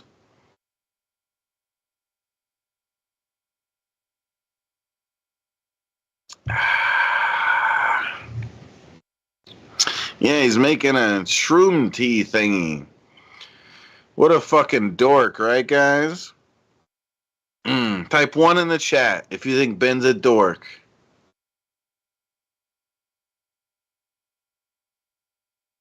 Why do you want mushrooms on your tea? I know, right? What a dork. Why would you put mushroom on your tea? It makes no sense.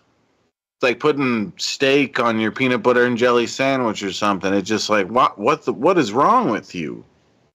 What is wrong with you?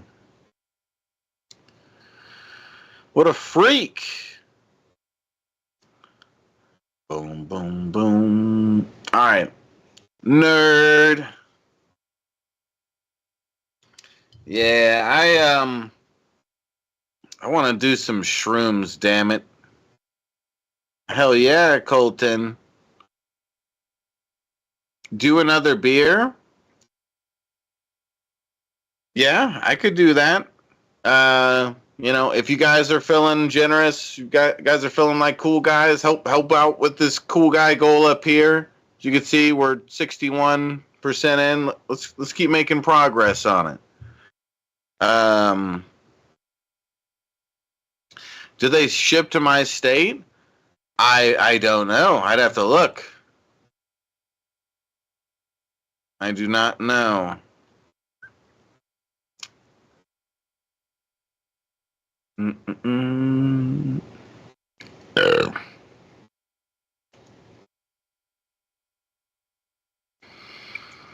Cool guys. Pixelated Minecraft Bisky.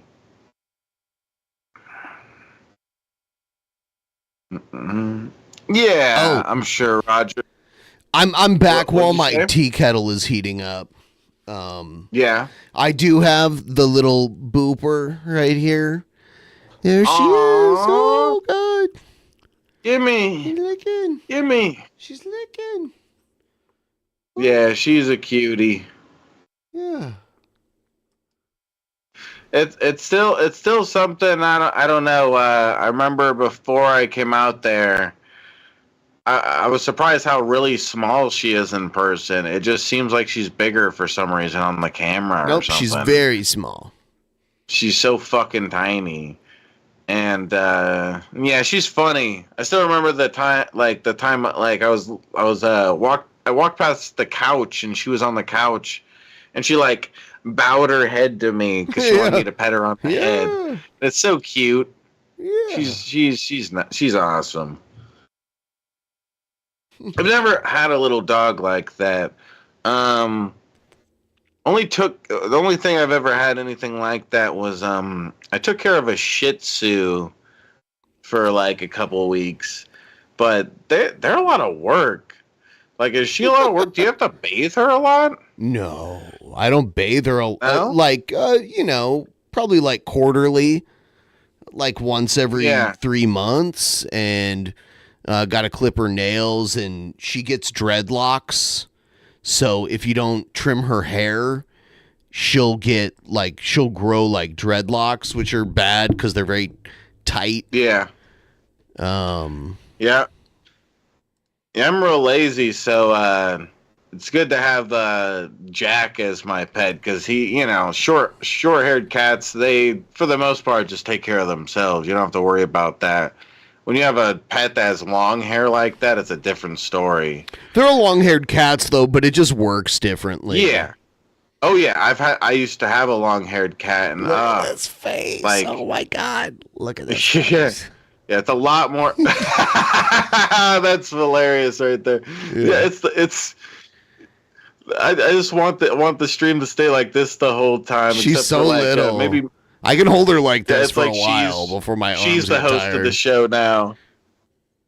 Boopy's the host of the show. She's taking over. She killed Ben, and she's the host now. Boopy, who's here?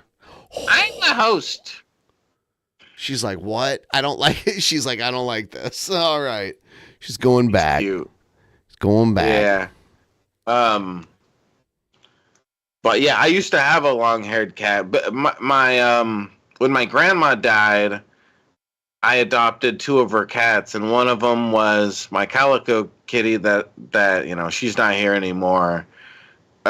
She was short hair, and then a long-haired cat, and she like I had to do a lot more work with and stuff because she would get knots in her hair and stuff. She was like, because it's totally different having a long-haired cat.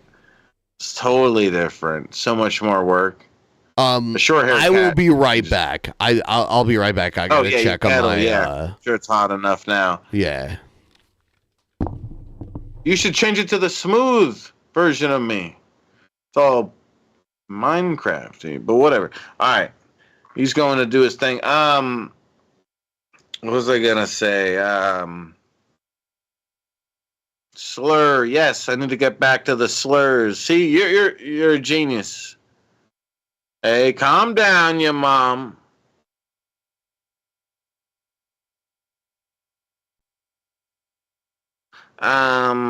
Shut up, Rat Lord. Pixel Bisky back at it again.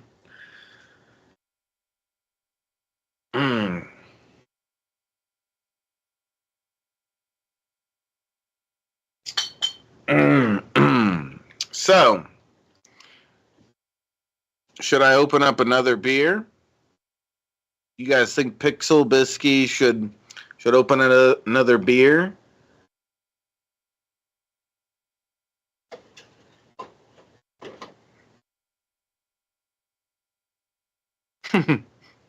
Butt chug? You don't know that, Remy. You're not a scientist.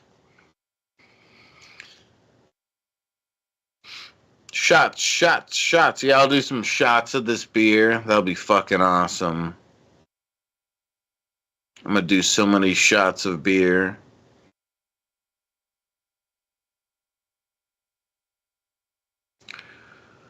How many do I have? I think I only drank 4 beers. I got a 12-pack. So 8.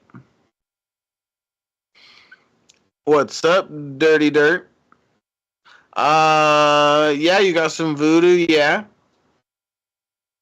Hell yeah, big ball sack. Yes, Watcher, there you go. You did your math right. So about 20 left. See, you figured it out. I have a date with Elden Ring, yes.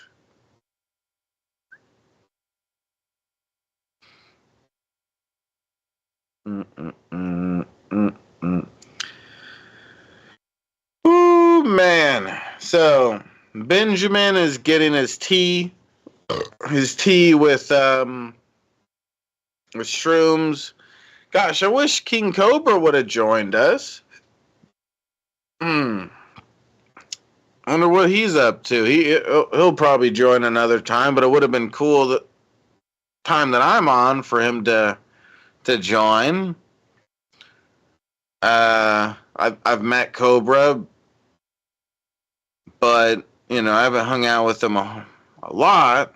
I only met him like once or twice. Been cool to hang out with him again. Where's the cool guy Cobes at? Yeah, Remy, he's making tea right now. So people tip to get him to do that. He said if we get the 60%, you do that. We're at 61%. We passed that, so he's doing that. I'm doing this. You know what I am saying?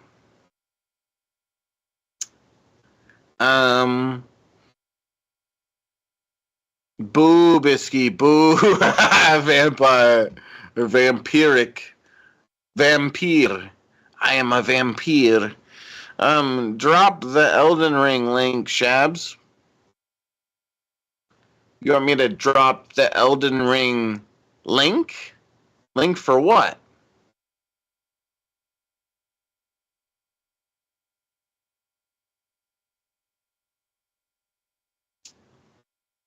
You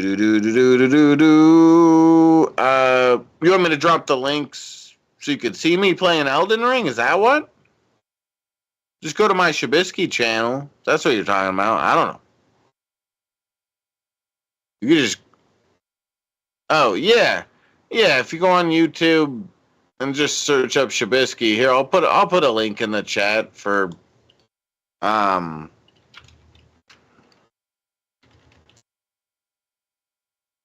I mean, I don't really try to promote too much when I'm on here. I just like to chill and stuff. But you guys are welcome to subscribe to the channel. There it is, right? I put it in the chat. Here, I'll put another one. Boom. I'm putting lots of links in the chat. Just flooding it. All right. But yeah, I've been playing Elden Ring. I can't remember. One of my subscribers tipped for me to buy Elden Ring, or multiple of them did, or something. And so I got Elden Ring, and everyone says it's a really hard game, and it is, but I've gotten pretty far and done pretty good, I think. I'm like level 70 something now. I don't remember what. Shab is streaming on his channel even when he's streaming on this channel. That's true. I'm always streaming on my channel.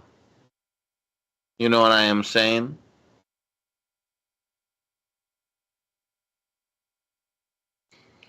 But yeah, how many likes do we have on this stream? Let me see.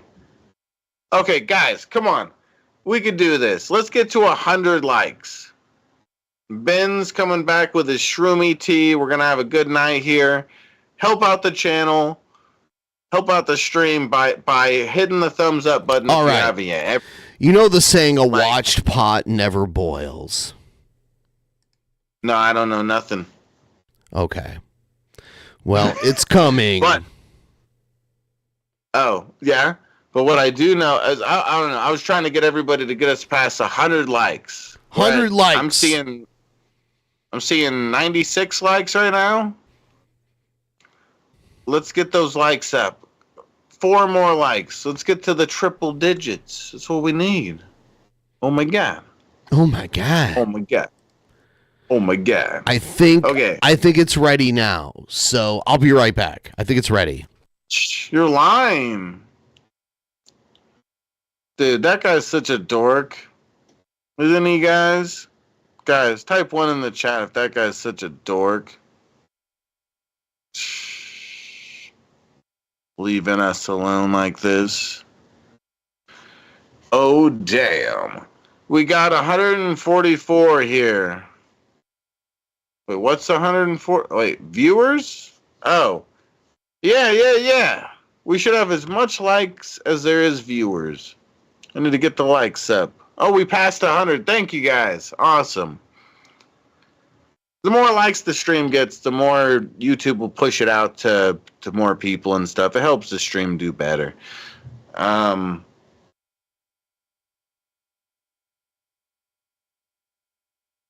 he abandoned me, Serafina. I'm scared.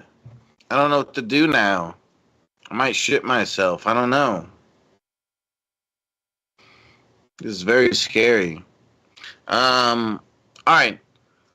I'm going to open a beer in the name of Satan, our Lord and Savior. Type 666 in the chat if you love Satan.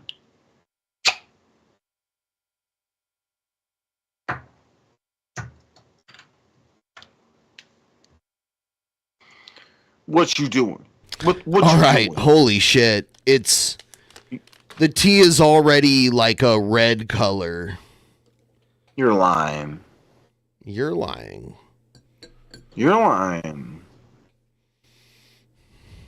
It's probably like real hot though. You probably have to It's wait for it to really, cool. really, really hot. And I'm gonna let it go. Hold on. Did you put it in your cool Start mug? a timer for 10 minutes. I'm gonna let it hang out here for 10 minutes and then I'm gonna drink it. Did you put it in your cool mug that says that? Yes. The over. Ben, how much do you think Brett charges for a Gorm Jorb these days? Probably like $2. Yeah, but he gives an Thank extra you, though. special for 12. Let's get to 75% tonight, guys. Thank you. Yeah, but Cheers. I can't even show it really. It's red. It's hard to even show. Yeah. Like, yeah, you have your camera set up a certain way and stuff. I deal with that sometimes, like with weed when I try to show it a little bit. I have the weed microscope. Yeah. I have a USB microscope that I've used to show weed on the show, and it's kind of cool because it shows all the crystals and everything. Huh. Yeah. Cheers to We that, used to guys. use it for what was it? Strange You Love. Yeah. Yeah, when I was first starting to do stuff, sometimes there would be little things that I did that you guys like inspired me to do. And one of them was I did like a wheel where people could tip, and it would be like a beer, a dab, or a shot or whatever, and it would spin between them, and so like or no, like beer, a dab, and a bowl. It's more like it, not a shot, but it would it'd be that wheel, right? It's like spin till you spew and stuff. But I think you used it in the past, the wheel, for other things. But yeah, we used it for the Wheel of Misfortune. Oh shit, was my phone? Okay, that's what it was. Yeah, like you guys, like before I even like knew you and stuff like that, and I would watch the show, and I was trying to be a YouTuber. You know, some of the stuff's like I would copy you guys with, in little ways like that, where I had like a spin thingy where again people could tip $5 and everything. And then there's one other thing I did, but I can't remember what it was. I was gonna say it, I'm forgetting. I'll show you guys my cup of tea. I took a photo of it. It's right here. You're silly, dude. But yeah, it's very red. Yeah. It was cool that they have it in things that like they're just ready in a sack thing. I guess you just already just put them in the hot water. Yep. That's neat. 2 grams. Yeah. I think that should be good. Yeah. I want to see how you're feeling after that. Yeah, 2 grams, Remy. You cool guy. You know what I am saying. Bring back the wheel. Do you have the booze? Me, no. I just have there beer. You go. Can't bring it back yet, then. The wheel can only come back when the booze is on the table. I mean, I can put some booze back on the table if you want. Nah. Whenever we do that, I wake up the next morning with blood all over me, and I don't know who I killed. I just have to go on with life, not knowing who I murdered and how many. It's just part of life. Better for me to stick. It's time for my weekly video. I braved the weather today and went out in 25-degree weather. I waited till 3 or 4 in the afternoon. It's just that yesterday I didn't go out because it was really, really cold. And we are having really unusual weather. Like there is a blizzard over Pensacola, Florida. It appears that my gale shield is working, and I think the automatons and the Genghis Khan Nazis wanted the blizzard to come to me. But it appears, what I find interesting about the blizzard, it is to the south of me, and it's oh my God. They sound very dangerous.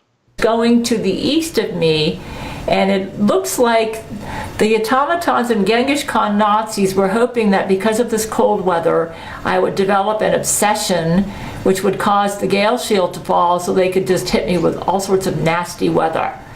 It appears my gale shield is still up. It's helping that I'm very diligent about working on the Gale series, which I know is something Jesus really cares about.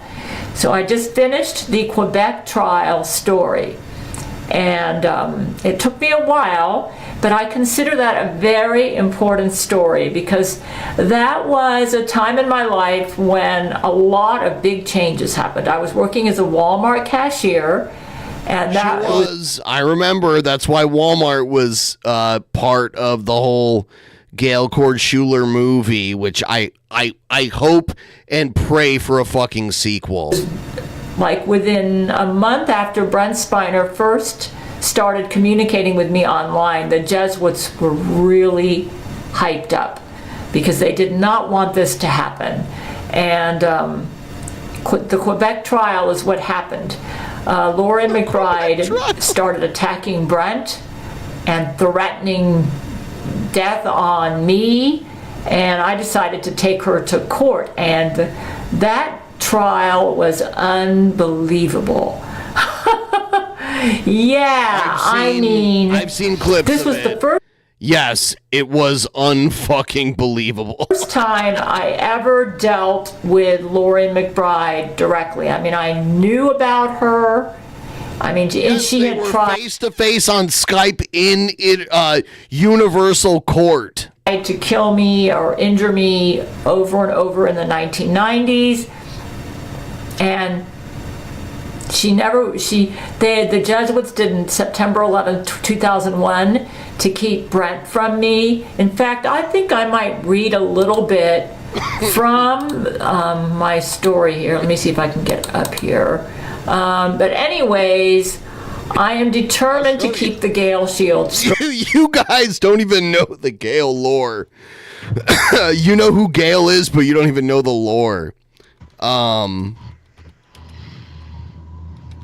What did someone say? What'd they say? Hold on.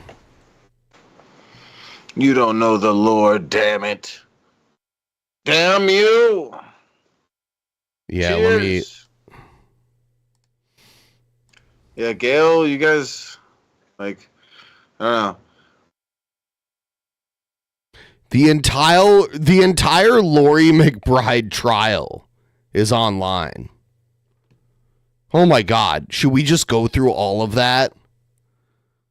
I don't know. Dude. That sounds very familiar. Dude, it's crazy because, like, it's funny as fuck because the fucking trial is on Lori McBride's fucking YouTube channel. It's so stupid. It's it's some neat stuff. It's been all sorts of interesting stuff over the years with Gail. She's brought so much joy to the DP community with all her awesome stories. I love her. Yes. There's no community. By the way.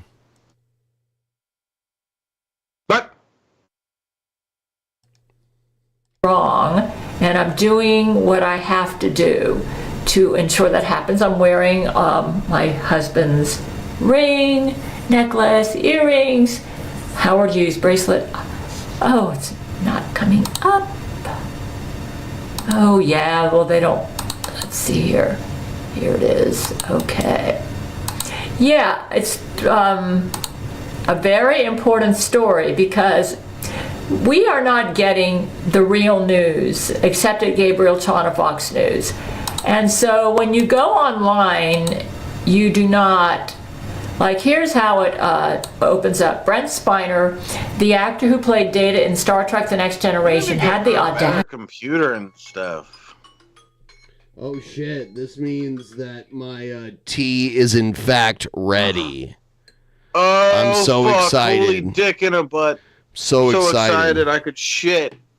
It looks delicious. Oh, I might just shart just a little bit. It's so red. It looks like blood. Am I drinking blood? Yeah. I just gave you a little bit of my blood. I hope you enjoy it. It makes us blood brothers.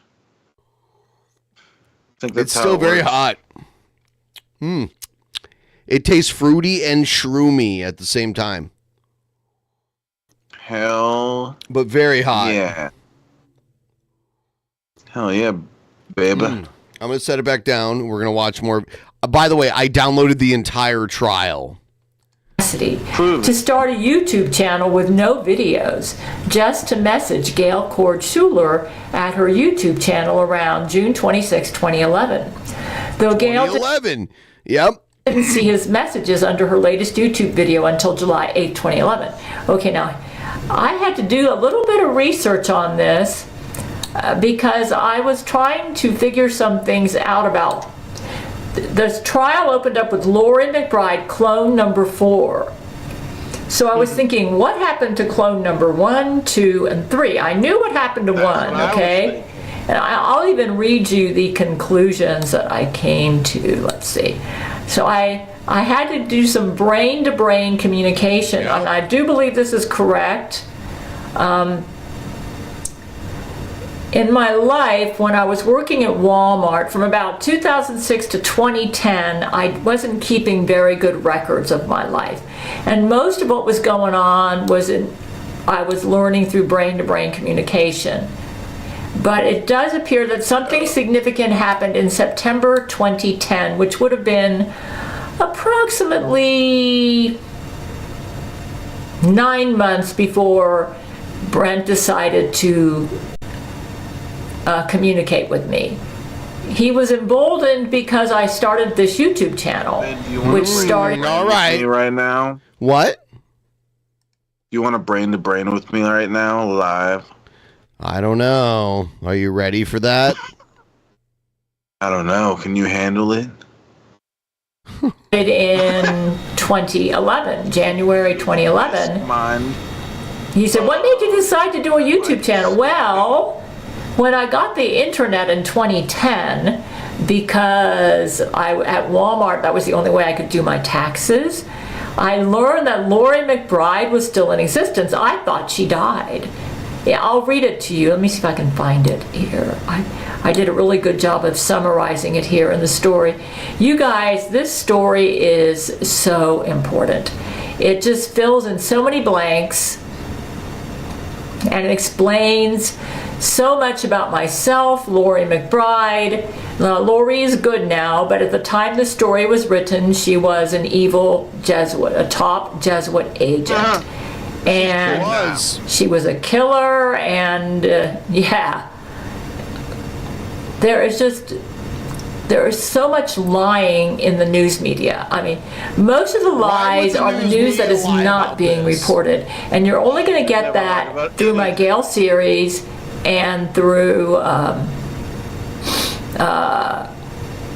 Gabriel Chana Fox News 00 on cable. But what I think is going to happen, I'm not really sure, but I do think that when I finish the Gale series, which will probably be several years from now, because it's a lot of work writing everything that's happened to me and my men. When I finish the Gale series, I think something significant may happen. And it's possible, and I don't know, but I think there's going to come a time in the future where the only... That fucking tea is delicious, dude. Is it really hot still? It's very hot. It's very fruity tasting. And it's the floral peaches flavor. We want to see you chug it. I can't chug it. People can get accurate history will probably be through underground means, kind of like what would have happened in the tribulation with the canceled Bible. And I think my Gale series is going to end up being the guidebook for a lot of people. Possibly when I and my husband are no longer, and my men are no longer on the scene. On the scene. And I think this is one reason that Jesus wants this written. You might say, oh, you think, yeah, I mean, we're not going to be here forever. I mean, nobody lives forever, right? So the future generations, they need some sort of guidance. The Bible's been canceled. And I actually feel for Jesus on this, so I'm writing my Gale series. I think my Gale series is going to be a guidebook to help people. That shit is so good, dude. You're lying. Can I have some? If you were here, I'd make you a bag of it. Yeah.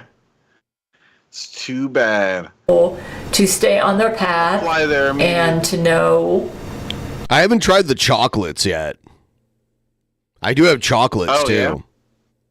Yeah, I saw there was like 3 of them, I guess. Yeah. Shit.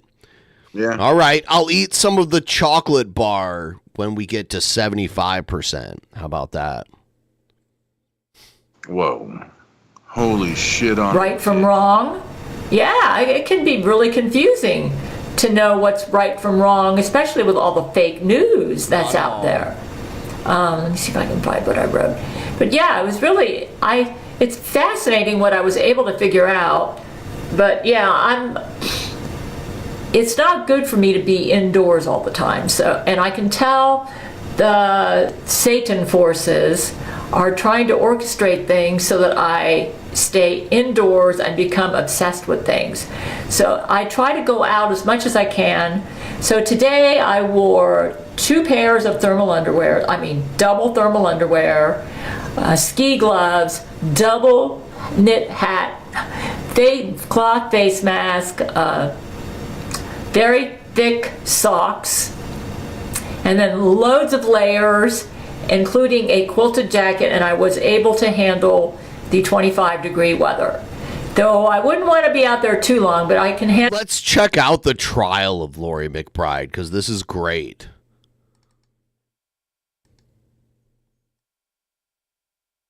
Videos. Look at Gail. Like 13, 14 years ago. Yeah. It's kind of. I've never seen this young. Kind of uncomfortable about it, but I'm willing to do anything for my men to help them because they've gone through so much. During the trial between Brent and Laurie, Brent Spiner was forced to endure. He was in love with me. And during the trial, the Jesuits are so clever, they came up with this partial switch out where the bottom half of his body was him. That was his sexual organs and everything down there. They can do a partial clone switch. On the top half of his body was the clone. So the brain was the clone. They did a partial switch out so that Brent Spiner would go to the bathroom, even though he didn't want to go to the bathroom. And I'm not sure which part of the body was the clone, but half of his body was the clone, half was Brent Spiner. So he was forced to go to the bathroom at the courtroom against his will and have sex with Laurie McBride. Can you imagine what that must be like to be forced to go to bed with somebody you can't stand when the woman and in doing so you're betraying the person that you would die for. And it makes complete sense that when it was all over, he was trying to cut his wrist and saying, and Judge Taranchek was saying, Gail, talk to Brent. He's going to kill himself. I said, Brent, I just believe you, sweetie. Don't do this. We're going to find a way out of this. I know you didn't want to do that. I know they controlled your brain against your will. I know you didn't want to go to have sex. So they have sex. All right, here's a little more here. You don't know that. The order. I don't know if this website still exists. It was the orderofthejesuits.com. And it had like profiles and it was like Zach Knight, Laurie McBride. Yeah. This is old school Gail lore right here.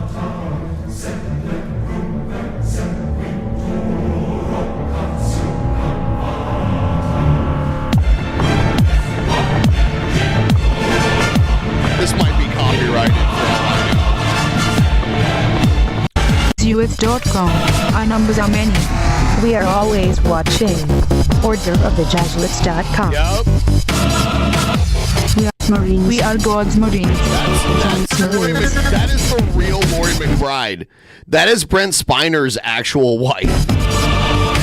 Be part of something bigger. Be part of our numbers are many. We are God's Marine of the Jesuits.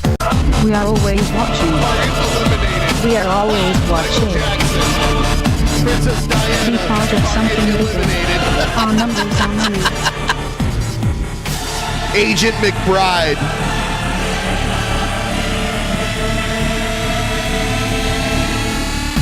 Order of the Jesuits. Order of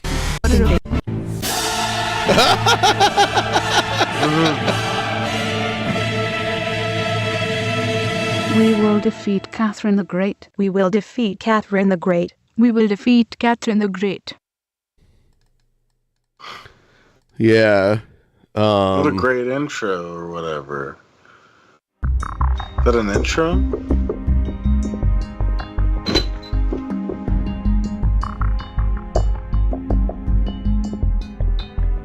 Gabrielle. Whoa. Yeah. Gabrielle, I'm calling you out. We're absolutely pissed about the underwater city It's about time we got our drama out into the open. First of all, Brent came inside of me of his own free will. The drugs only lowered Brent's inhibitions so that he could do what he really wanted to do. I have to tell you, it was magical. I will have Brett for myself, and you will be left a lonely old maid. I tried to add you as a friend on YouTube to plead with you to not order the nuclear attack on the underwater city. How could you knowingly extinguish the lives of over 1 million babies? There's something that you should know. The majority of the babies you murdered were clones of the baby that Brent gave me on that special night. You are a heartless old hag. Your enemy forever, Lori McBride. Whoa. Holy dick in the butt. Dude, it was deep. Dude, these videos are from like 13, 14 years ago. This is crazy. He may have penetrated you, and you know what? He's devastated, but he wasn't. He penetrated all 3 of my holes, Gail, and he knows it, and you know it. He just doesn't want to tell you, which is why he. Wait, hold on a second. This is Lori McBride's trial. You have 3 holes. I don't understand. I got on top of him, cowgirl, and he penetrated my pussy. And just as he was about to come, I got off of him, and I took the warm blast on my throat. When that was done, he decided he wanted to go again because he was so turned on to my hot body that. Again, a warm blast in your throat. He came so hard out of his chokes. And then I resumed position on top of him, only he penetrated my asshole just the way he likes it. And we had sex again. Was he aware that he was making love to you? I think he was so drugged out, he might have thought that you were me. That's a possibility, Lori. Because at that time, he was making me. You know, nah. I don't even think he knew who he was making love to. He was so drugged out, he wasn't all there, Lori. Maybe he was having a big fantasy about me, and your body got confused in his mind with me. I don't think he can confuse my body with your age. So when you're drugged out, Lori, it's possible, man. You really had him doped out good, you clever Jesuit, you. And you did that on purpose. He was crazy about me, didn't you? Didn't you know he was crazy about me when you drug raped him, Lori? Answer that question.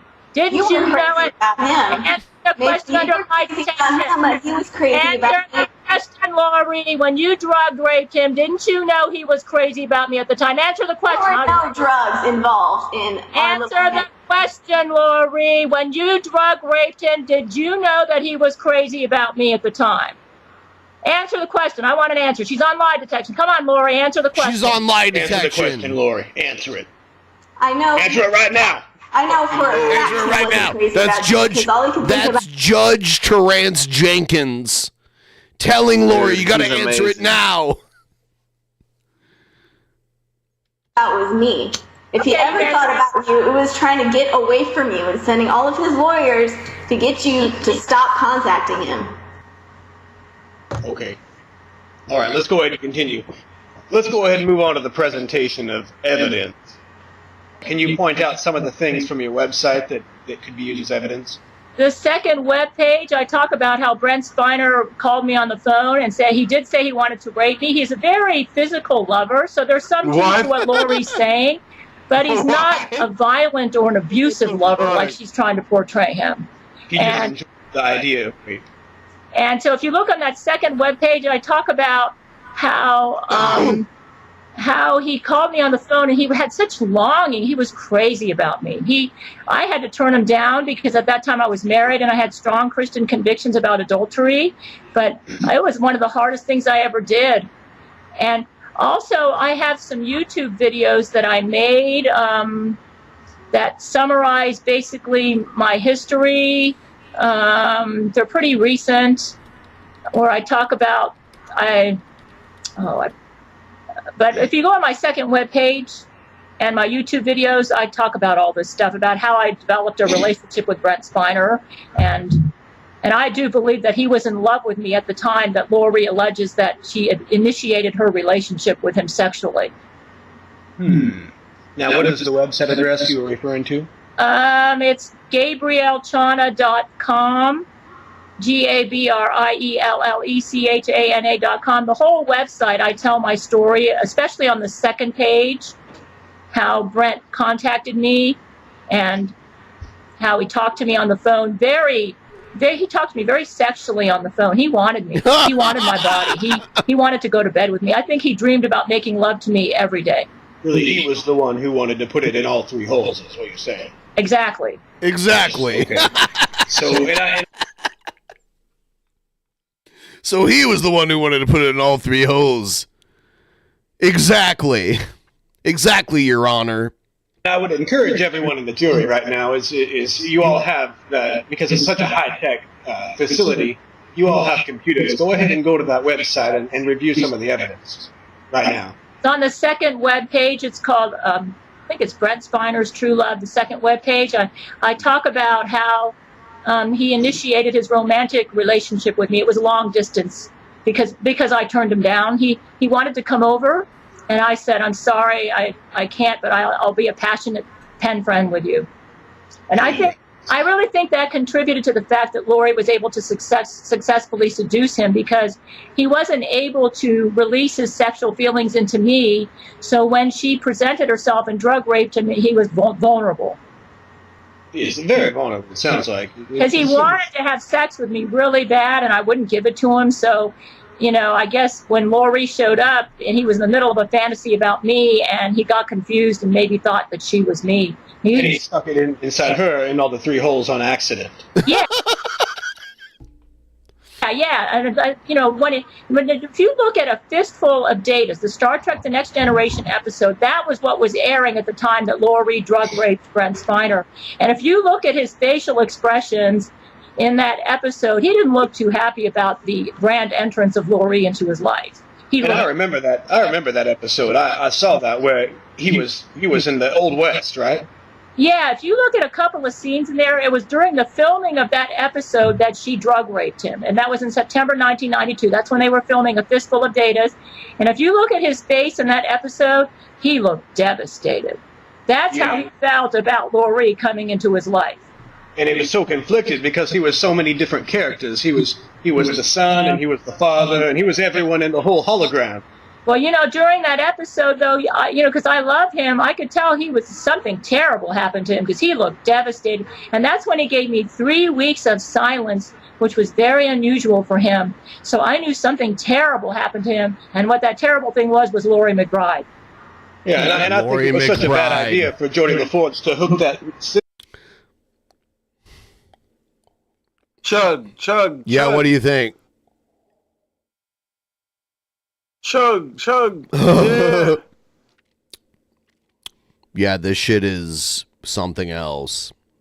I can tell you already it is something else. You're lying.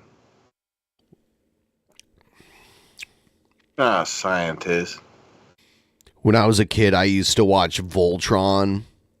It was like an anime from the 70s that they played in America in the 80s, like the late 80s. It's called Voltron. And I'm so familiar. And like all the bad guys used to drink these glasses of wine. And this is the color of that wine. It like reminds me of that shit. Mm-hmm. You're one of the evil Voltron guys. Yeah. Prince Lotor. Prince Lotor. System up to his neural network because it obviously messed things up with the shit. And let me tell you, as good an actor as he wasn't able to cover up that he was going through an emotional holocaust at that time. You can see it. That's right. And Lori, that's how he felt about you after he found out that he might have accidentally gone to bed with you. He wasn't very happy. He was devastated. He was a gunslinger after that. Yeah, but especially in the scenes where where Jordy's putting those things in his head. Look at his facial expressions in there. He was all quick. He did not look. This guy looked like he'd been raped. Like an animal. No, he looked devastated. Maybe I noticed it because I'm in love with him, or I wasn't, but that's the reason I don't fault him over Lori McBride. I can tell that he didn't want her. I don't know, she's used some sort of extortion to maintain her relationship with him. This is very serious.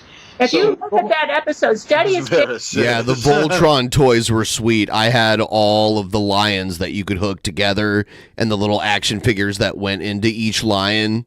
Yeah, that shit was sweet. facial expressions, especially when he's sitting in that chair and Jordy is putting those things in it. You can tell he went through something terrible in September 1992. Yeah, that was the scene when they were connecting him to the SIPS Yes, system, yeah, uh-huh. and he was in the engineering room and he was sitting right there, and his neural net overloaded. Can I make a little bit more progress on the goal for me to chug a burr, guys? Chug a burr. Chug a burr? What happened is he ended up overriding, people's scripts for their plays and the holodeck, and I actually have a link. Replicator was making. I actually have a link to. All right, now Lori McBride. I think we have talked about enough about our evidence with Gail. Gail's presented a lot of evidence, especially the fistful of datas. That was very, very interesting. That was my favorite episode of Star Trek. Oh, really? That was my favorite episode of Star Trek, Yes, it was. But now that I know it was raped, it makes me sad.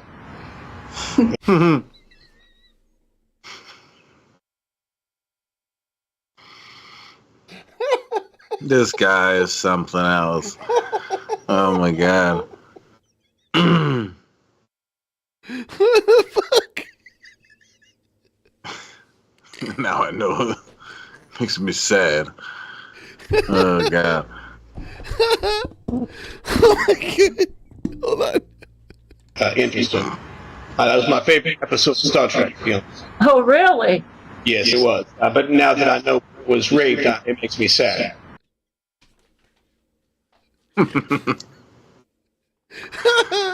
Oh my fucking god, dude. Holy shit. Oh my god. Oh my god. Oh my god. Oh, holy shit. Whoa. Make me sad. Holy Laura, I don't like laughing. I really don't like hearing you laugh about that because that was I don't like you hearing you. Yeah, because Lori McBride laughed. My favorite episode, and I don't like That episode is my favorite too. Oh, it was. Oh yeah, it reminds me of good times because during those 3 weeks of silence, I was getting 3 weeks of non-stop sex with Brent Spiner. I believe it was only a one-time episode. That's what he told you. Fucking trolls, man. Oh my god. Oh my god. Yep. I don't know how she's doing on lie detection, but I'm not sure. But from what I understand with Gerard Butler and Brent Spiner, though of course Brent Spiner can testify himself or Gerard can, but you might want to get Gerard Butler on the stand. He's a Brent Spiner psychiatrist right now. He might give you some insight into what really happened during that time. We might be able to do that, and right now we're going to go ahead and go between the two of you, Laura McBride and Gail Schuler, but we will definitely have to have him take the stand. Because I'm not qualified to testify what happened there because I wasn't there. I'm going by what Brent told me. Laura McBride, what did you say? Well, I said I was there, Judge. Her thing on the screen is Schuler, but it's not just Schuler. It's Gail Cole Schuler. It's hard to read in this low resolution. You were there. I understand. You're trying to make a joke. Okay. Well, Laura McBride, I think it's about time you reveal your evidence. I don't think you're going to have much, but I'd like to see what you've got. Yeah, this whole thing is out there. Like, we could watch this forever. I mean, like, it's hours and hours and hours, You don't know that. Oh, I know it. It goes on for a really long time.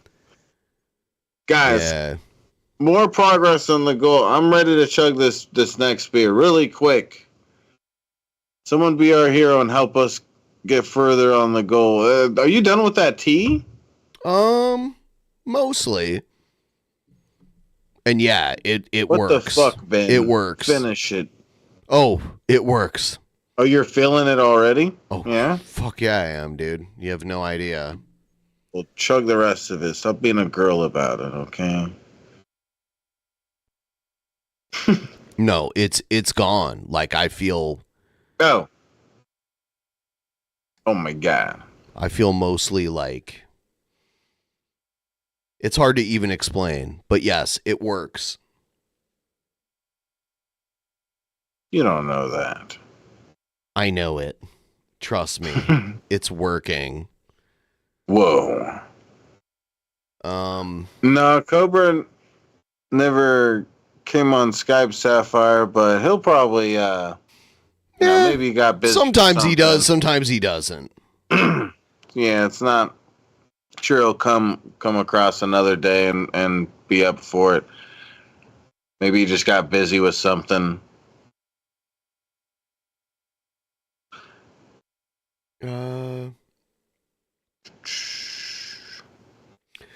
Let's watch some T-Bob. T-Bob.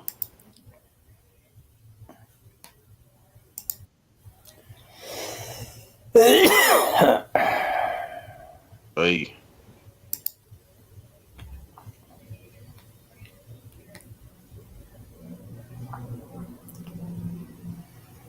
Whole little hair broken. He's so butthurt to this day. He just don't shut up. He can learn his lesson the hard fucking way because he's fucking stupid. He's fucking stupid. What is he wearing? He's wearing like a tuxedo shirt, I think. Like he ain't learned his lesson yet.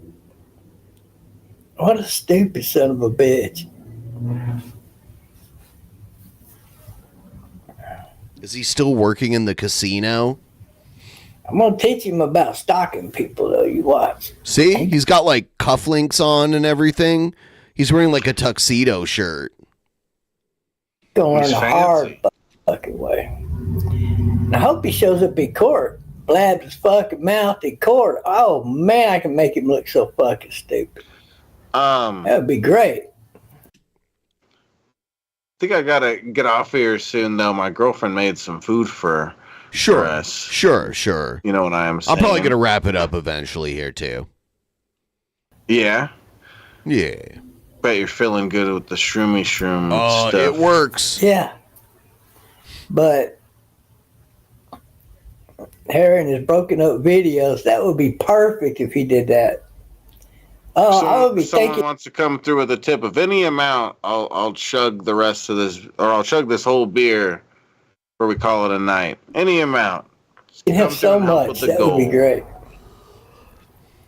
Like, yeah.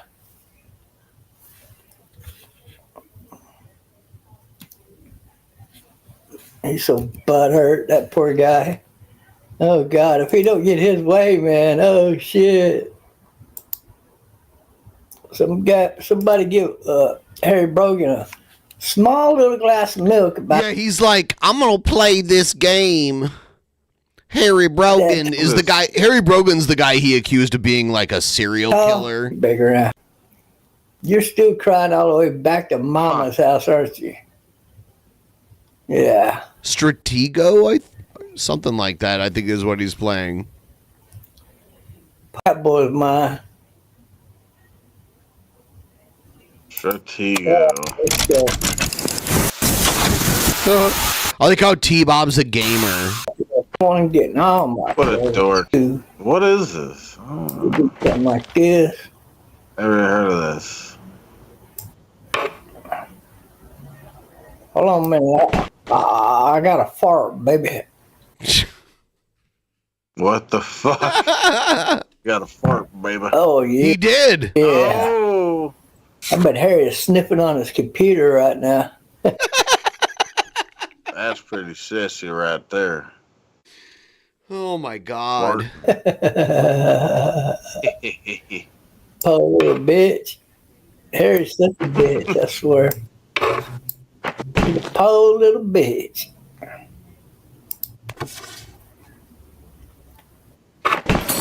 He can't even get stoned. He ain't got no money.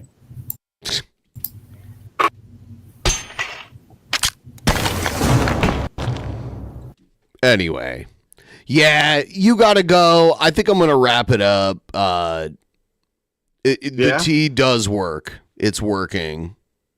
Yeah. And then I'm probably going to stream again tomorrow. So I'll see all you guys tomorrow. Thanks for being on, Shabisky. Enjoy your food that was made for you. Yay. See you guys. God made it for me. God made it. See you guys next time. Peace out, guys. Good night.